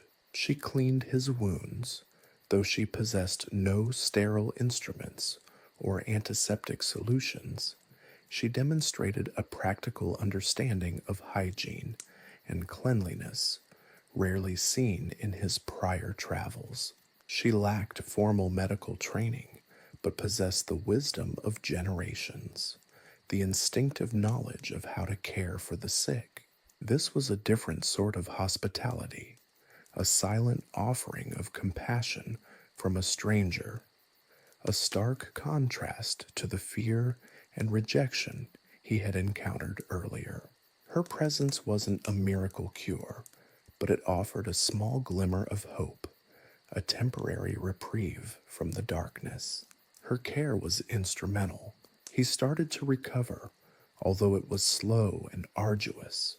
His strength returned gradually. He was left profoundly marked by his ordeal, and his experience served as a jarring reminder of the precariousness of life in the medieval world. The contrast to modern medical care was striking. He now knew the almost unimaginable difference between the rudimentary medical knowledge of the medieval period and the readily available services, the sophisticated technology, and the preventative measures that shaped modern public health. The journey to Frankfurt eventually was completed. He had made it, but the scars he carried remained, both physical and emotional. The memory of his illness lingered, a stark testament to the hardships faced by medieval travelers. The contrast between his suffering and the relatively comfortable, albeit sometimes inconvenient, modern travel experience was profound. It was a humbling reminder of how far we've come, how much easier and safer travel has become, and yet how frequently we complain about small inconveniences. A delayed flight, a cramped airplane seat, these pale in comparison to the realities of medieval travel, where disease and death were ever present companions, lurking just around the bend of every muddy track. The simple act of reaching one's destination was in itself a significant accomplishment, a triumph against the odds. His story stands as a poignant reminder of this simple truth. The woman's kindness, a fleeting oasis in the desolate landscape of his illness, lingered in his memory long after he'd left the village. He'd reached Frankfurt, yes, but the journey had left an indelible mark, a chilling testament to the fragility of life in the medieval world. His experience, however, was far from unique. The roads themselves, as much as the physical challenges, were steeped in folklore and legend, tales whispered around crackling fires and dimly lit inns, each story a cautionary fable. These narratives, as much as the mud and the bandits, shaped the medieval traveler's experience, adding another layer of fear and uncertainty to their already perilous journeys. One such tale, recounted by a grizzled old muleteer in a tavern near Cologne, spoke of the Grüner Mann, the Green Man, not the jovial, leafy figure of modern folklore, but a terrifying creature of the woods, half man, half bramble, with eyes like burning coals, and a voice that scraped like stone on stone. The Green Man, according to the muleteer, wasn't interested in gold or valuables. He preyed on the lonely traveler, luring them deeper into the forest with promises of shelter and warmth, only to ensnare them in his thorny embrace, leaving behind only scattered bones and tattered clothing. The muleteer swore he'd seen the Green Man's handiwork, a gruesome scene, he claimed, that would haunt his nightmares for years. He described a missing traveler, his horse found abandoned, bridled, and patiently awaiting its master near a trail leading to the densest part of the forest. The trail, a narrow, overgrown pathway, was barely passable. The horse remained, patiently waiting, while its master had vanished into the shadows, never to be seen again. Another legend, shared by a group of pilgrims near Worms, concerned the will-o'-the-wisps, mischievous spirits that appeared as flickering lights, leading travelers astray into bogs and treacherous swamps. These deceptive lights, often mistaken for distant homes or settlements, lured their victims into perilous situations. The pilgrims, their faces etched with the weariness of their journey, recounted several instances where travelers, guided by these deceptive lights, vanished without a trace. They spoke of the terrifying sounds that echoed from the swamps, gurgles, whispers, and the chilling cries of unseen creatures, forever making those marshes a place of fear. The pilgrims described a ritual practiced to protect themselves against such spirits, throwing blessed herbs into the swamps and chanting ancient incantations before crossing what they called the Devil's Bog. Then there were the tales of the Schrat, mischievous mountain goblins, said to inhabit the rocky crags and mountain passes. These creatures, according to legend, were fond of playing tricks on travelers, hiding their belongings, leading them into perilous cliffs, or even causing their horses to stumble and fall. Their pranks, however, were often far from harmless, causing more than a few travelers to meet their untimely end from falling into unseen chasms or tumbling down mountain slopes. The stories of the Schrat were especially prevalent in the mountainous regions of the Alps, where tales of missing travelers were commonplace. The locals described the goblins as small, hairy creatures with oversized ears, constantly lurking in the shadows, ready to play their tricks on unsuspecting travelers. These weren't merely idle campfire stories. They were powerful narratives that shaped the medieval traveler's psychology. They fueled a deep-seated anxiety, transforming the already daunting challenges of the road into a surreal landscape populated by unseen terrors. The uncertainty of the journey was amplified tenfold by the constant fear of encountering supernatural beings, it adding a layer of psychological dread to the physical hardships. The lack of reliable maps and the primitive navigation methods only intensified this fear. Travelers often relied on rough sketches, personal knowledge passed down through generations, and the guidance of local informants. A wrong turn could easily lead to uncharted territories, where the mundane perils of bandits and wild animals were compounded by the very real fear of encountering supernatural entities, some of which would have been uniquely tied to the specific region they were traversing. The fear wasn't just about physical dangers, it extended to a spiritual realm, adding a significant psychological burden on the travelers. The tales didn't always end in tragedy, however. Some stories spoke of helpful spirits, such as the kobolds, benevolent household spirits that, when properly appeased with offerings of food and drink, would guide lost travelers back to the right path or protect them from harm. These stories served as a counterpoint to the fear-mongering narratives, providing a glimmer of hope in the darkness. But even the benevolent spirits were capricious and required careful observance of tradition and rituals. A false step or a disrespectful offering could easily turn their favor into misfortune. The fine line between good fortune and misfortune was often dependent on the traveler's respect for local customs and beliefs.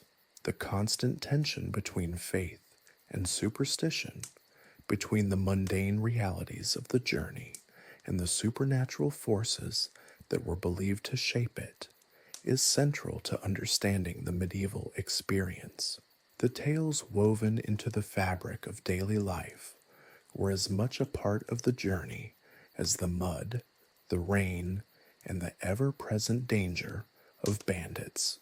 They were part of the invisible landscape, adding a layer of psychological complexity to an already strenuous endeavor. These stories weren't merely meant to entertain, they were survival tools, passing down generations of knowledge about the dangers, both real and imagined, that awaited on the road.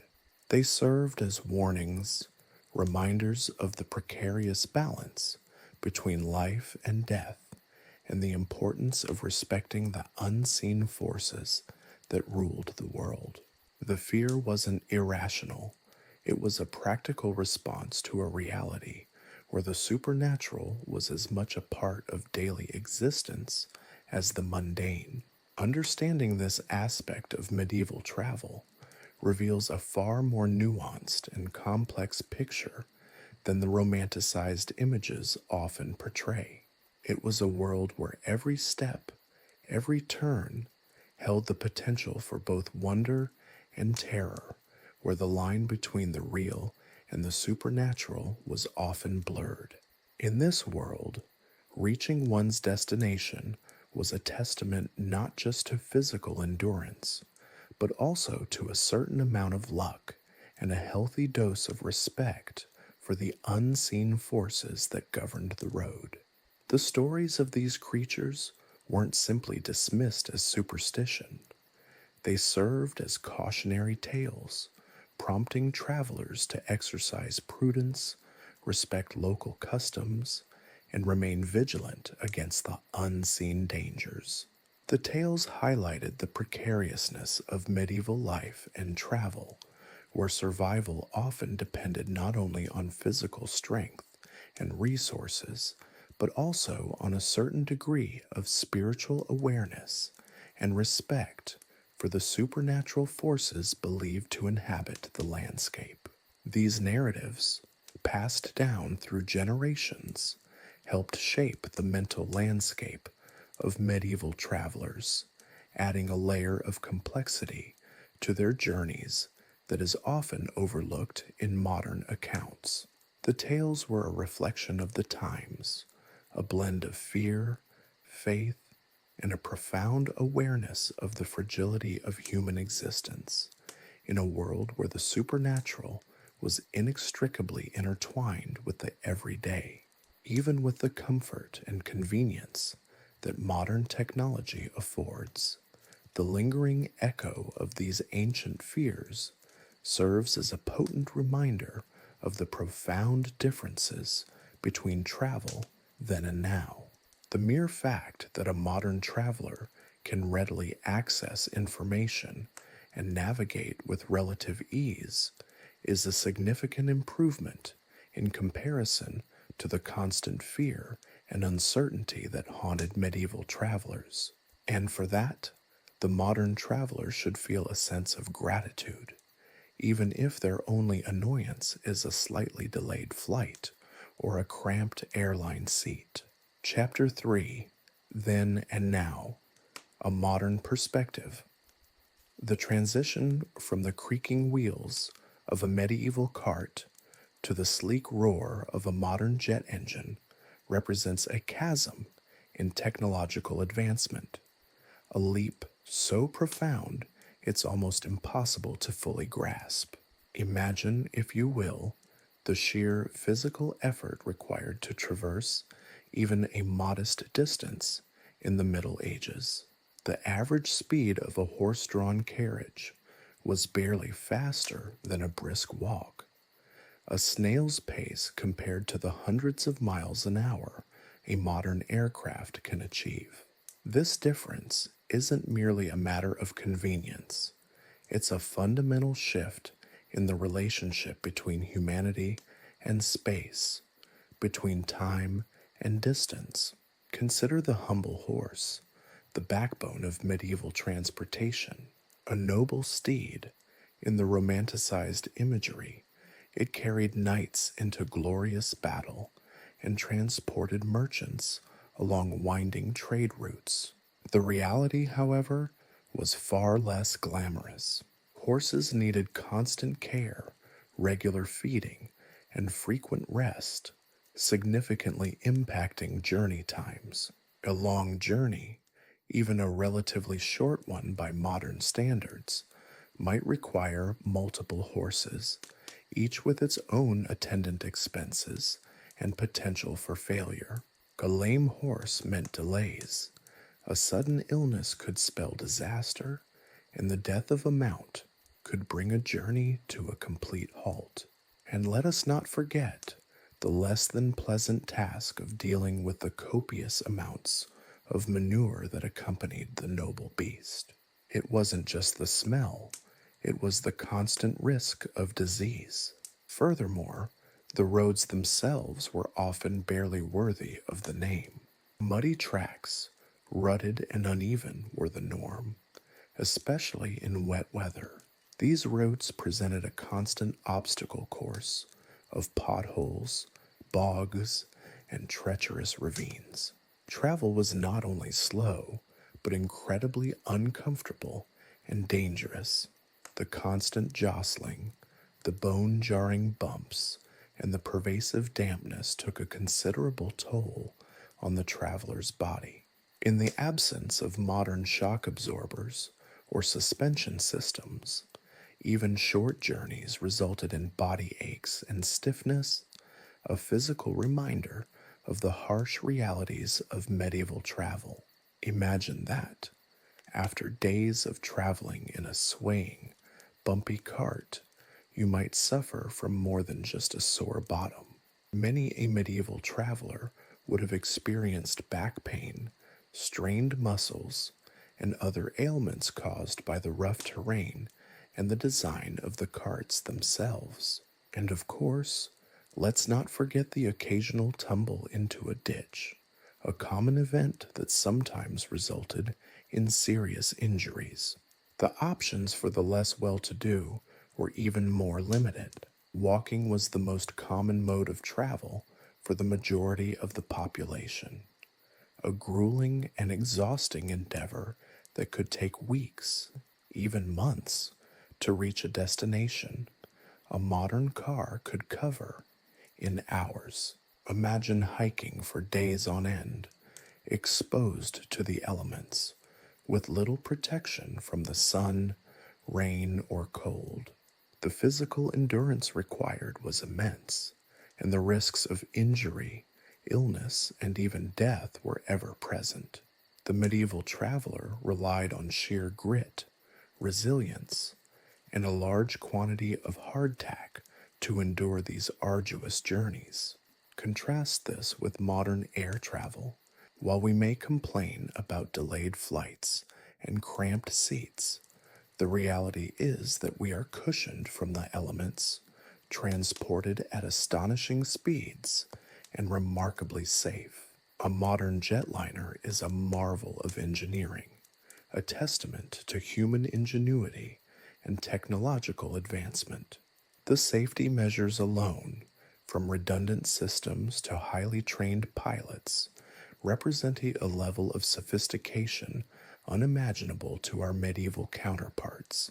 Even ground transportation in the modern world stands in stark contrast to its medieval predecessors. Modern roads, while still prone to congestion and occasional potholes, are vastly superior to their medieval counterparts.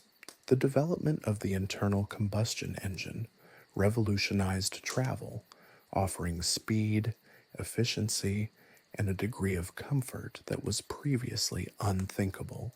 The modern car, with its suspension system, climate control, and relative safety features, offers a level of comfort and convenience that would have seemed like a miracle to a medieval traveler. Imagine the looks on the faces of those poor souls, forced to endure the bumps and jolts of a horse-drawn cart, if they had the chance to experience the smooth, relatively effortless glide of a modern vehicle. The technological advancements in transportation didn't stop there. The advent of the railway network further revolutionized travel, creating a vast web of connections that shrunk distances and reduced travel time dramatically. The train, a symbol of progress and efficiency, made long-distance travel more accessible and affordable, connecting people and communities in ways that had never been possible before. While the journey wasn't always as comfortable as modern travel, it was still a massive leap forward in terms of speed, safety, and efficiency. The sheer speed at which a train could cover vast distances was remarkable for its time, and the relative comfort it provided compared to the horse-drawn carriage or walking was also a significant advancement. Imagine the astonishment of a medieval traveler seeing a massive iron horse, powered by steam, hurtling through the landscape at speeds that were unheard of in their time. And finally, we arrive at the modern age of air travel. The invention of the airplane fundamentally changed our perception of space and time, enabling us to traverse continents in a matter of hours. The experience, while potentially fraught with minor inconveniences, offers a level of safety and speed that would have seemed like pure fantasy to a medieval traveler. For them, a journey across a continent might have taken months, even years. For us, it's a matter of a few hours, offering a level of speed and convenience that renders the medieval travel experience almost incomprehensible. The sheer technological complexity of modern air travel, from sophisticated navigation systems to powerful engines, is a testament to the advancements in engineering, physics, and materials science. The contrast between medieval and modern travel highlights the incredible progress humanity has made in overcoming the challenges of distance and time. While the modern traveler may grumble about a delayed flight or a cramped airline seat, the overall experience is overwhelmingly positive, offering a level of comfort, safety, and efficiency that our medieval counterparts could only have dreamed of.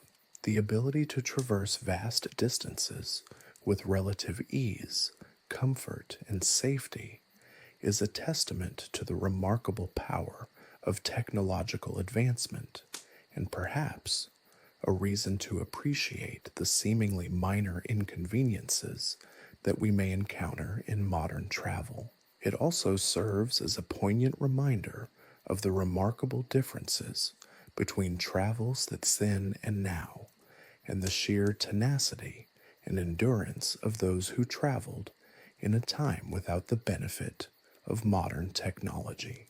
Even with the modern conveniences, however, it's worth pausing to appreciate the incredible journey of human ingenuity that has led us from the muddy tracks of the Middle Ages to the runways and highways of today.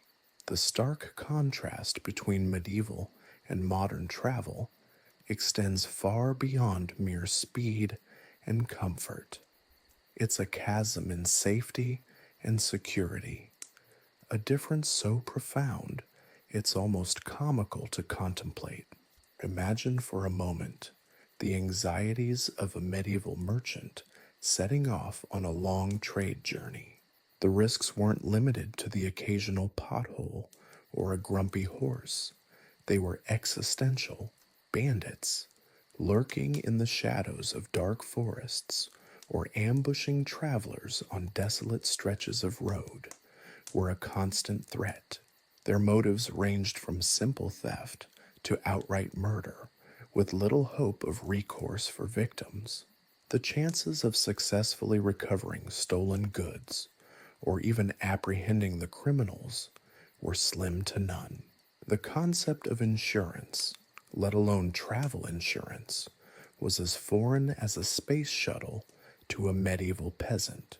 Modern travelers, even the most seasoned backpackers, rarely confront such immediate risks. While petty theft or scams remain a possibility, the odds of encountering a life-threatening situation during a journey are exponentially smaller. This isn't solely due to the improved infrastructure of modern roads and transportation systems, although that plays a significant role. It's also a testament to the development of sophisticated law enforcement, emergency services, and the overall societal structures that protect travelers. The presence of police forces, easily accessible communication networks, and readily available medical care create a safety net unimaginable to our medieval forebears. Consider the perils of illness on a medieval journey. A simple bout of dysentery could easily become a death sentence, particularly given the limited medical knowledge and available treatments of the time. The lack of sanitation, combined with the arduous conditions of travel, made infections common and often fatal. Imagine the agonizing slowness of disease progression the complete helplessness in the face of such ailments, the inevitability of death, far from home, with little comfort and little hope. It was a constant, gnawing anxiety for those traversing the medieval world, an ever-present shadow lurking alongside bandits and bad weather. In the modern world, while infectious diseases still pose a risk, the likelihood of succumbing to an illness during travel is significantly reduced. Advances in medical science, coupled with accessible healthcare systems, provide a level of protection unseen in the medieval era. Vaccinations, antibiotics, and readily available medical assistance minimize the risks of infection, reducing a life-threatening possibility to a manageable inconvenience. The rapid transportation offered by ambulances and other emergency vehicles also provides a swift response to medical emergencies, improving the survival rate dramatically. Furthermore, the infrastructure itself contributes vastly to safety. Modern roads, while still subject to accidents, are vastly improved compared to their medieval counterparts. Proper engineering, lighting, signage, and maintenance dramatically reduce the likelihood of accidents caused by poor road conditions. Modern vehicles, with their safety features like seat belts, airbags, and anti-lock brakes, further enhance passenger safety, minimizing the impact of collisions and reducing the severity of injuries.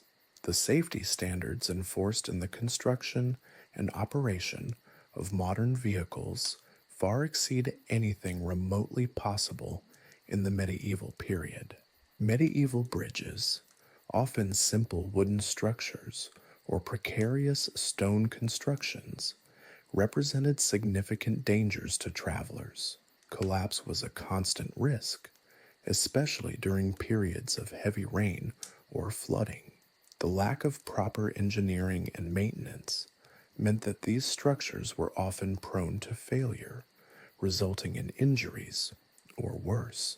Modern bridges, on the other hand, are designed and constructed using advanced engineering principles and rigorously tested to ensure structural integrity. Regular inspections and maintenance further enhance their safety, providing a reliable and secure passage over rivers and other obstacles.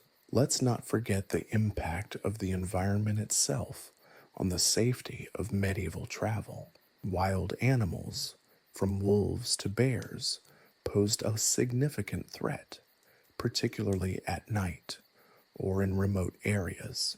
Bandits often used the cover of darkness and dense forests to ambush travelers.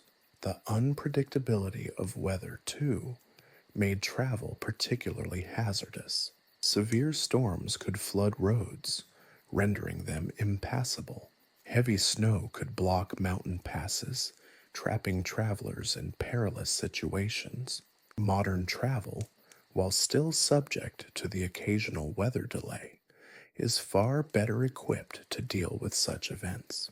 Weather forecasts provide advanced warning, allowing for adjustments to travel plans. Modern vehicles and infrastructure are designed to cope with various weather conditions, making travel significantly safer. The contrast is stark and, dare I say, somewhat humorous. A medieval traveler facing the threat of bandits, disease, and treacherous roads would likely find our modern complaints about delayed flights or cramped airline seats utterly baffling. The safety and security we take for granted represented a level of technological and societal advancement that dwarfs anything achieved in the medieval period. Even a seemingly simple aspect like street lighting transforms the experience of night travel. What was once a hazardous undertaking fraught with the risk of attack and accidents, is now a relatively safe and straightforward matter. This difference is not a mere matter of convenience. It is a dramatic shift in the very fabric of human existence. It's a testament to the incredible progress we've made, and a reason to appreciate, even with our modern gripes, the extraordinary safety and security of our daily commutes. The medieval traveler's nightmare is our mundane reality, and that, my friends, is a rather remarkable achievement. We should perhaps raise a glass, a sanitized, perfectly sealed glass, to the wonders of modern travel, the safety net that protects us from the truly terrifying realities of those journeys in the past.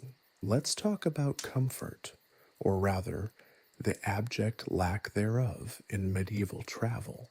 Forget the romantic notions of knights errant gallantly riding through sun-dappled forests. The reality was far grimmer, a symphony of discomfort punctuated by the occasional existential dread.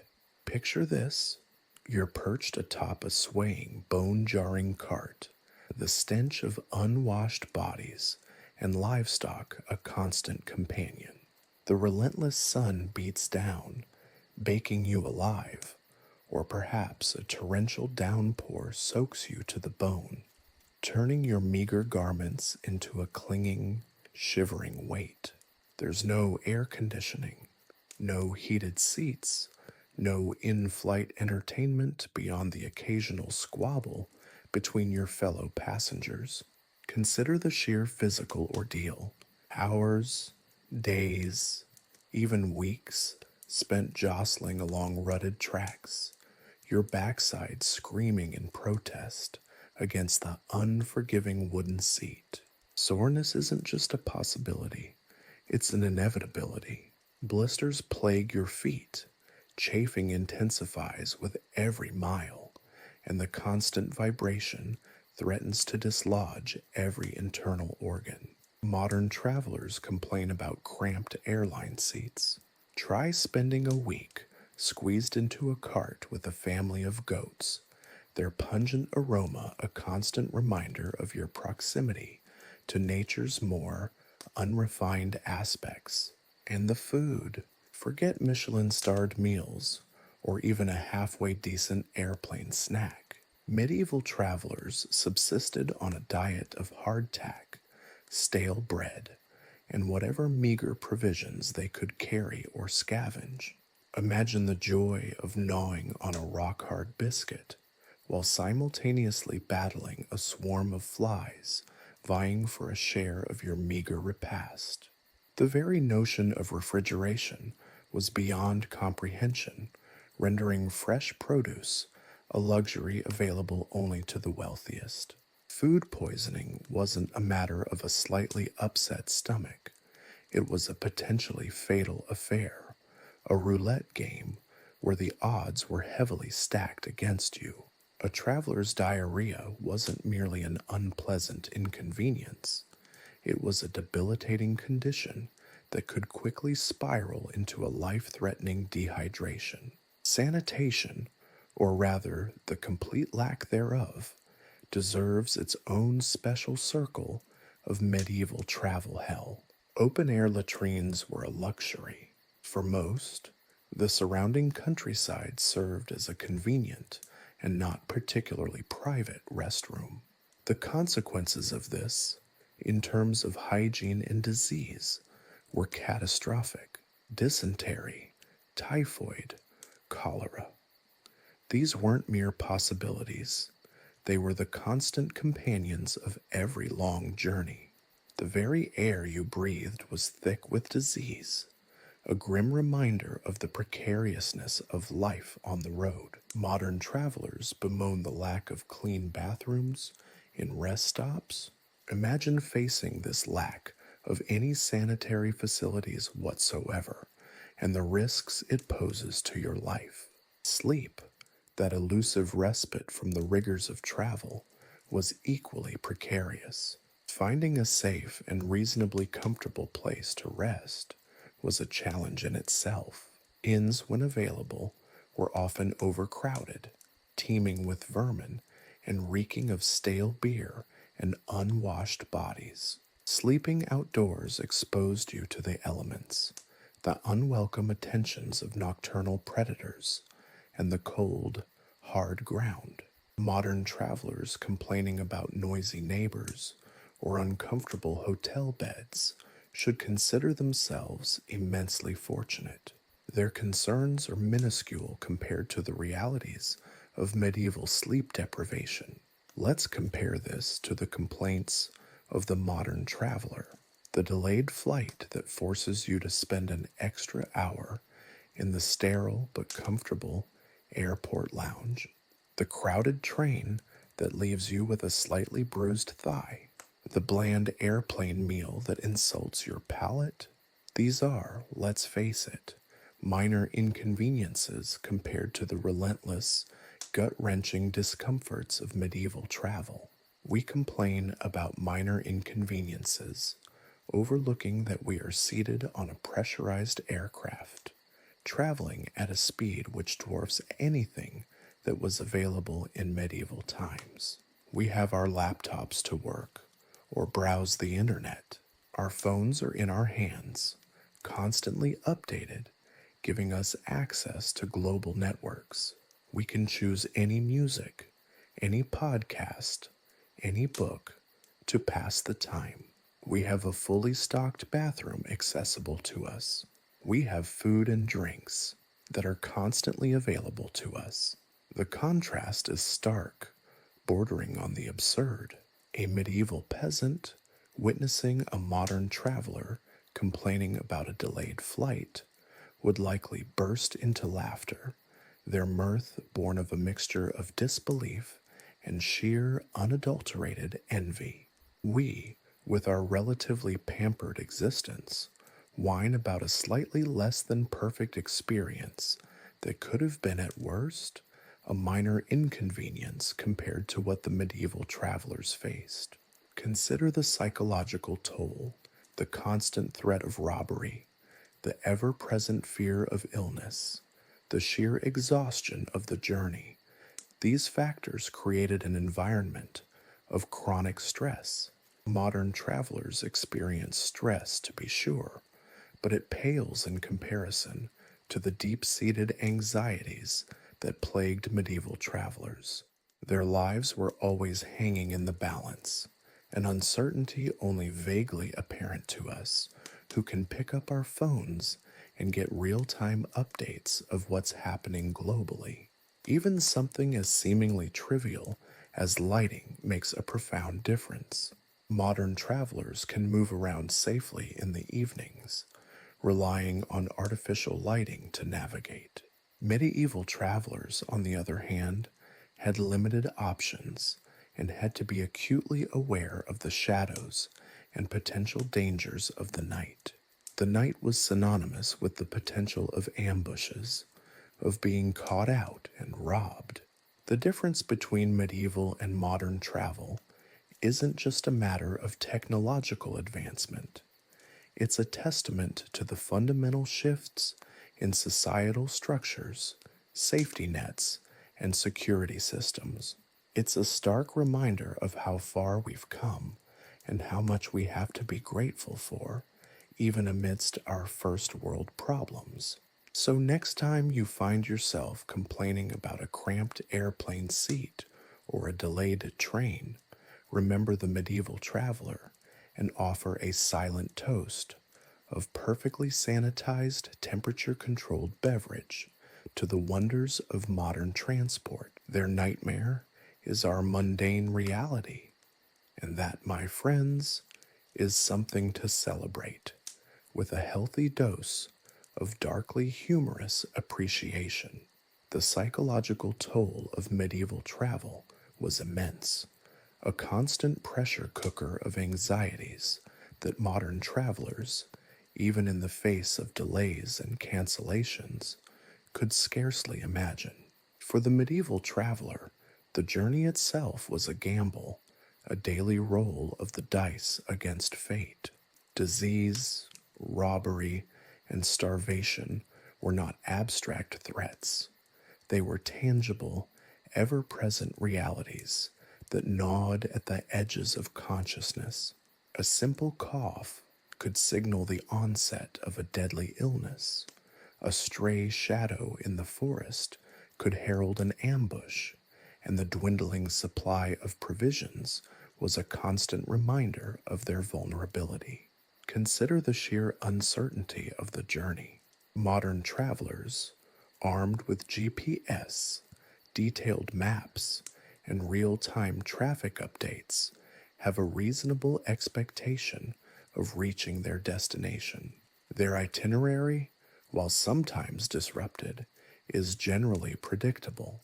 The medieval traveler, however, had no such luxury. Their route was dictated by the condition of the roads, or lack thereof, the weather, and the vagaries of chance encounters. A sudden storm could render a planned route impassable, forcing a detour into unknown and potentially hostile territory. A broken wheel, a sick animal, or a sudden attack could easily throw their travel plans into disarray, adding days or even weeks to the journey. This inherent unpredictability fostered a state of perpetual anxiety. The traveler's mind was constantly on high alert, scanning the surroundings for potential dangers. Every rustle in the bushes, every distant cry, every unfamiliar face was scrutinized for possible threats. This constant state of vigilance, this pervasive sense of unease, would have been incredibly draining even without the physical hardships. The mental burden, the relentless worry, must have been a significant factor in the overall travel experience, more impactful even than a cramped seat on a modern-day train. The social aspect of medieval travel also added to the psychological strain. Journeys were often undertaken in groups for safety reasons, leading to prolonged periods of close confinement with strangers. Personal space was a luxury most could not afford. Conflict was inevitable. Tensions flared over dwindling supplies, differing opinions about the route, and simple personality clashes. The claustrophobic environment of a crowded cart or wagon, coupled with the shared anxieties and discomforts, created a breeding ground for conflict and resentment, adding a layer of psychological stress often overlooked in our romanticized visions of medieval chivalry. Compare this to the anxieties of modern travel. Yes, we experience stress, the fear of missing a flight, the frustration of a traffic jam, the anxiety of a delayed connection.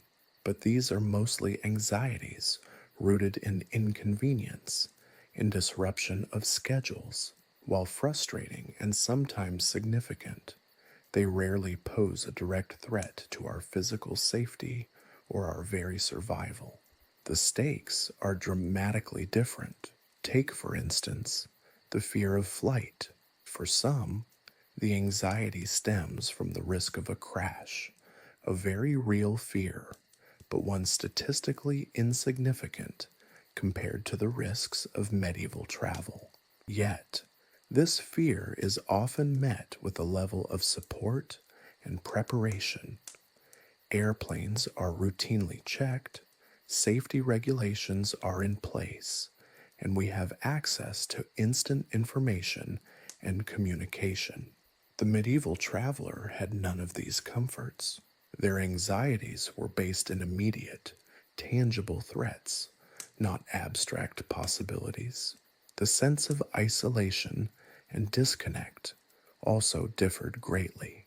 Modern travelers, even in remote locations, usually have access to communication technologies, keeping them connected to their loved ones and to a larger support network. They can share their journey, update their family, and receive reassurance. The medieval traveler, however, was cut off, relying entirely on chance encounters and their own resilience. The mental burden of this isolation, this complete lack of easy communication, must have been enormous. The sheer inability to reach out, to share anxieties, to receive comfort, represents a level of distress far beyond anything faced by modern travelers. Even the simple act of navigating was vastly different. Modern travelers use GPS, maps, and signs, giving them a sense of control and direction. Medieval travelers had to rely on landmarks, word of mouth, and their own sense of direction, navigating by the sun, the stars, and other cues. Getting lost was a significant risk, with potential consequences ranging from simple inconvenience to robbery or death. The cognitive burden of navigating without technology added another layer to the psychological pressure they faced. The differences are not just about technology or infrastructure, they're about the very nature of risk. Medieval travel was about managing unpredictable, life-threatening risks. Modern travel involves managing inconveniences and disruptions, a far less significant psychological burden. While delays and cancellations are frustrating, they pale in comparison to the constant dread, the ever-present fear, the pervasive sense of vulnerability that shaped the psychological landscape of medieval journeys. It's a stark contrast, truly, a testament to the advancements in safety, technology, and societal infrastructure. Modern complaints about travel frequently hinge on mere inconvenience, but the medieval travelers faced genuine threats to their well-being at every turn. This is not to minimize the stress and frustration of modern travel, but to offer a compelling and frankly darkly humorous perspective on the relative ease of the 21st century journey. The next time your flight is delayed, remember the medieval traveler and count your blessings, or at least have a good chuckle over the disparity of our experiences. We are, after all, remarkably fortunate. So, there we have it: mud, mayhem, and the ever-present threat of spontaneous combustion, or at least, that's how it often felt for the medieval traveler. We've journeyed through bogs, battled bandits, at least metaphorically, and survived, again largely metaphorically, on a diet that would make a modern-day health inspector weep. Having meticulously dissected the trials and tribulations of medieval travel, what lessons can we glean from this historical muck wrestling match? First, and perhaps most obviously, we've gained a profound appreciation for modern conveniences. I mean, seriously, the next time you're stuck in airport security for what feels like an eternity, remember the medieval traveler slogging through miles of treacherous terrain, potentially facing highway robbery by a band of particularly unhygienic brigands. Suddenly, that slightly delayed flight doesn't seem quite so catastrophic. Your lukewarm airplane coffee is no longer a source of existential dread. It's merely tepid caffeine. This isn't about diminishing the genuine frustrations of modern travel. We all know the pain of delayed flights, lost luggage, and overpriced airport food. These inconveniences are undeniably real, sometimes profoundly irritating, and often capable of triggering an outburst that would make a Viking berserker blush. But they exist on a completely different plane, pun intended, of existential threat than their medieval counterparts. The sheer difference in scale and consequence is staggering. Consider the anxieties of a medieval traveler, the constant threat of violence, the ever present risk of disease, the sheer physical exhaustion. Modern travel anxiety pales in comparison. Our anxieties primarily revolve around inconvenience, missed connections, and the potential loss of social media access, a particularly acute form of suffering in our hyper-connected age.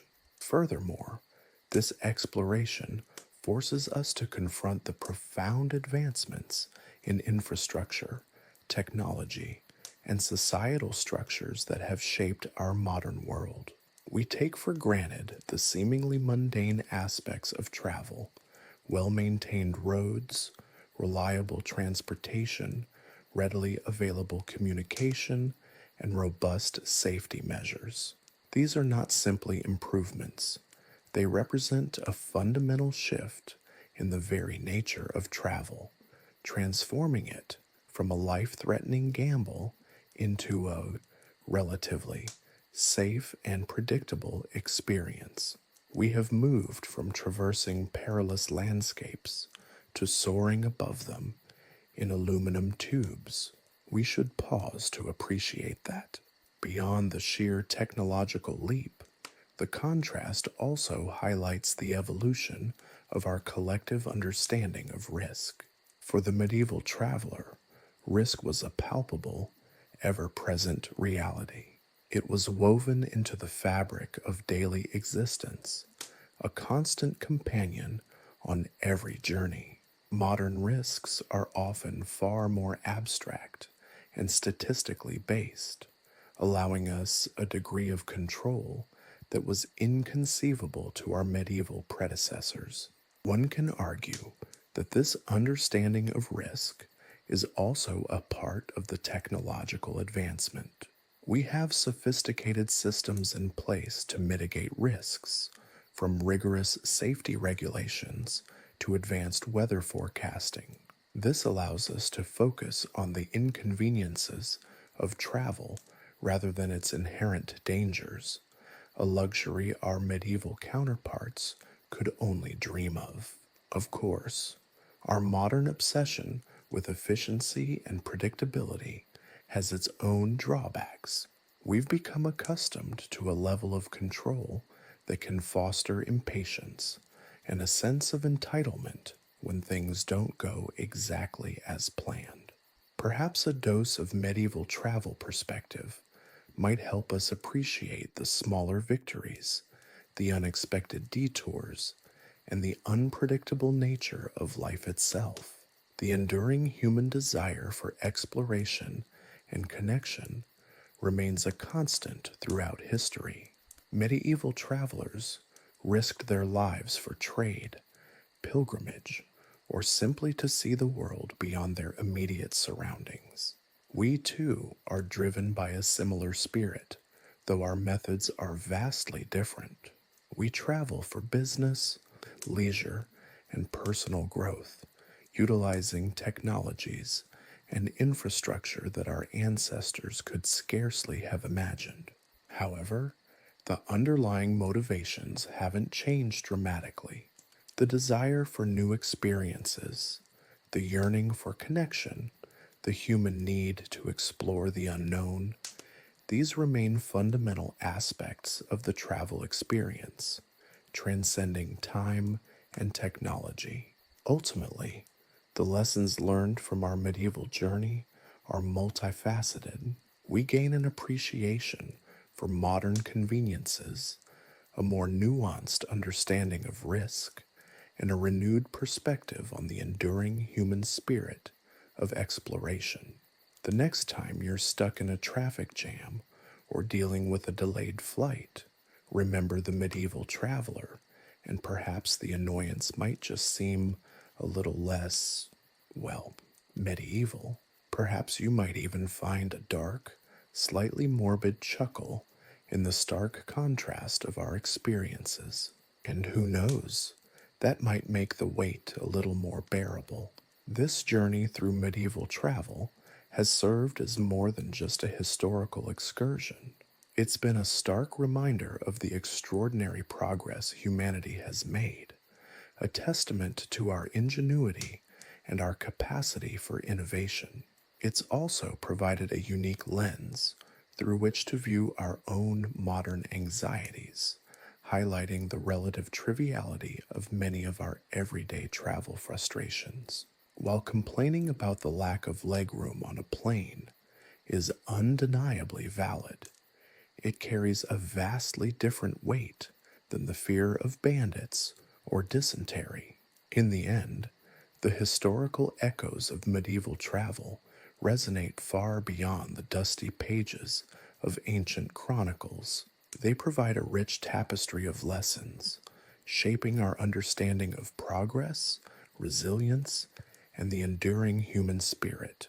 The challenges faced by those medieval adventurers, while seemingly distant, offer us a profound perspective on our own journeys, both literal and metaphorical, urging us to appreciate the often overlooked comforts of the present while acknowledging the timeless human desire to explore, to connect, and to seek new horizons. It's a journey worth reflecting on and perhaps even laughing about once you've reached your destination, safely and comfortably, of course, and with Wi-Fi, because, let's be honest, even a medieval knight would appreciate a good internet connection, though perhaps not as much as a hot bath and a reasonably priced hotel room.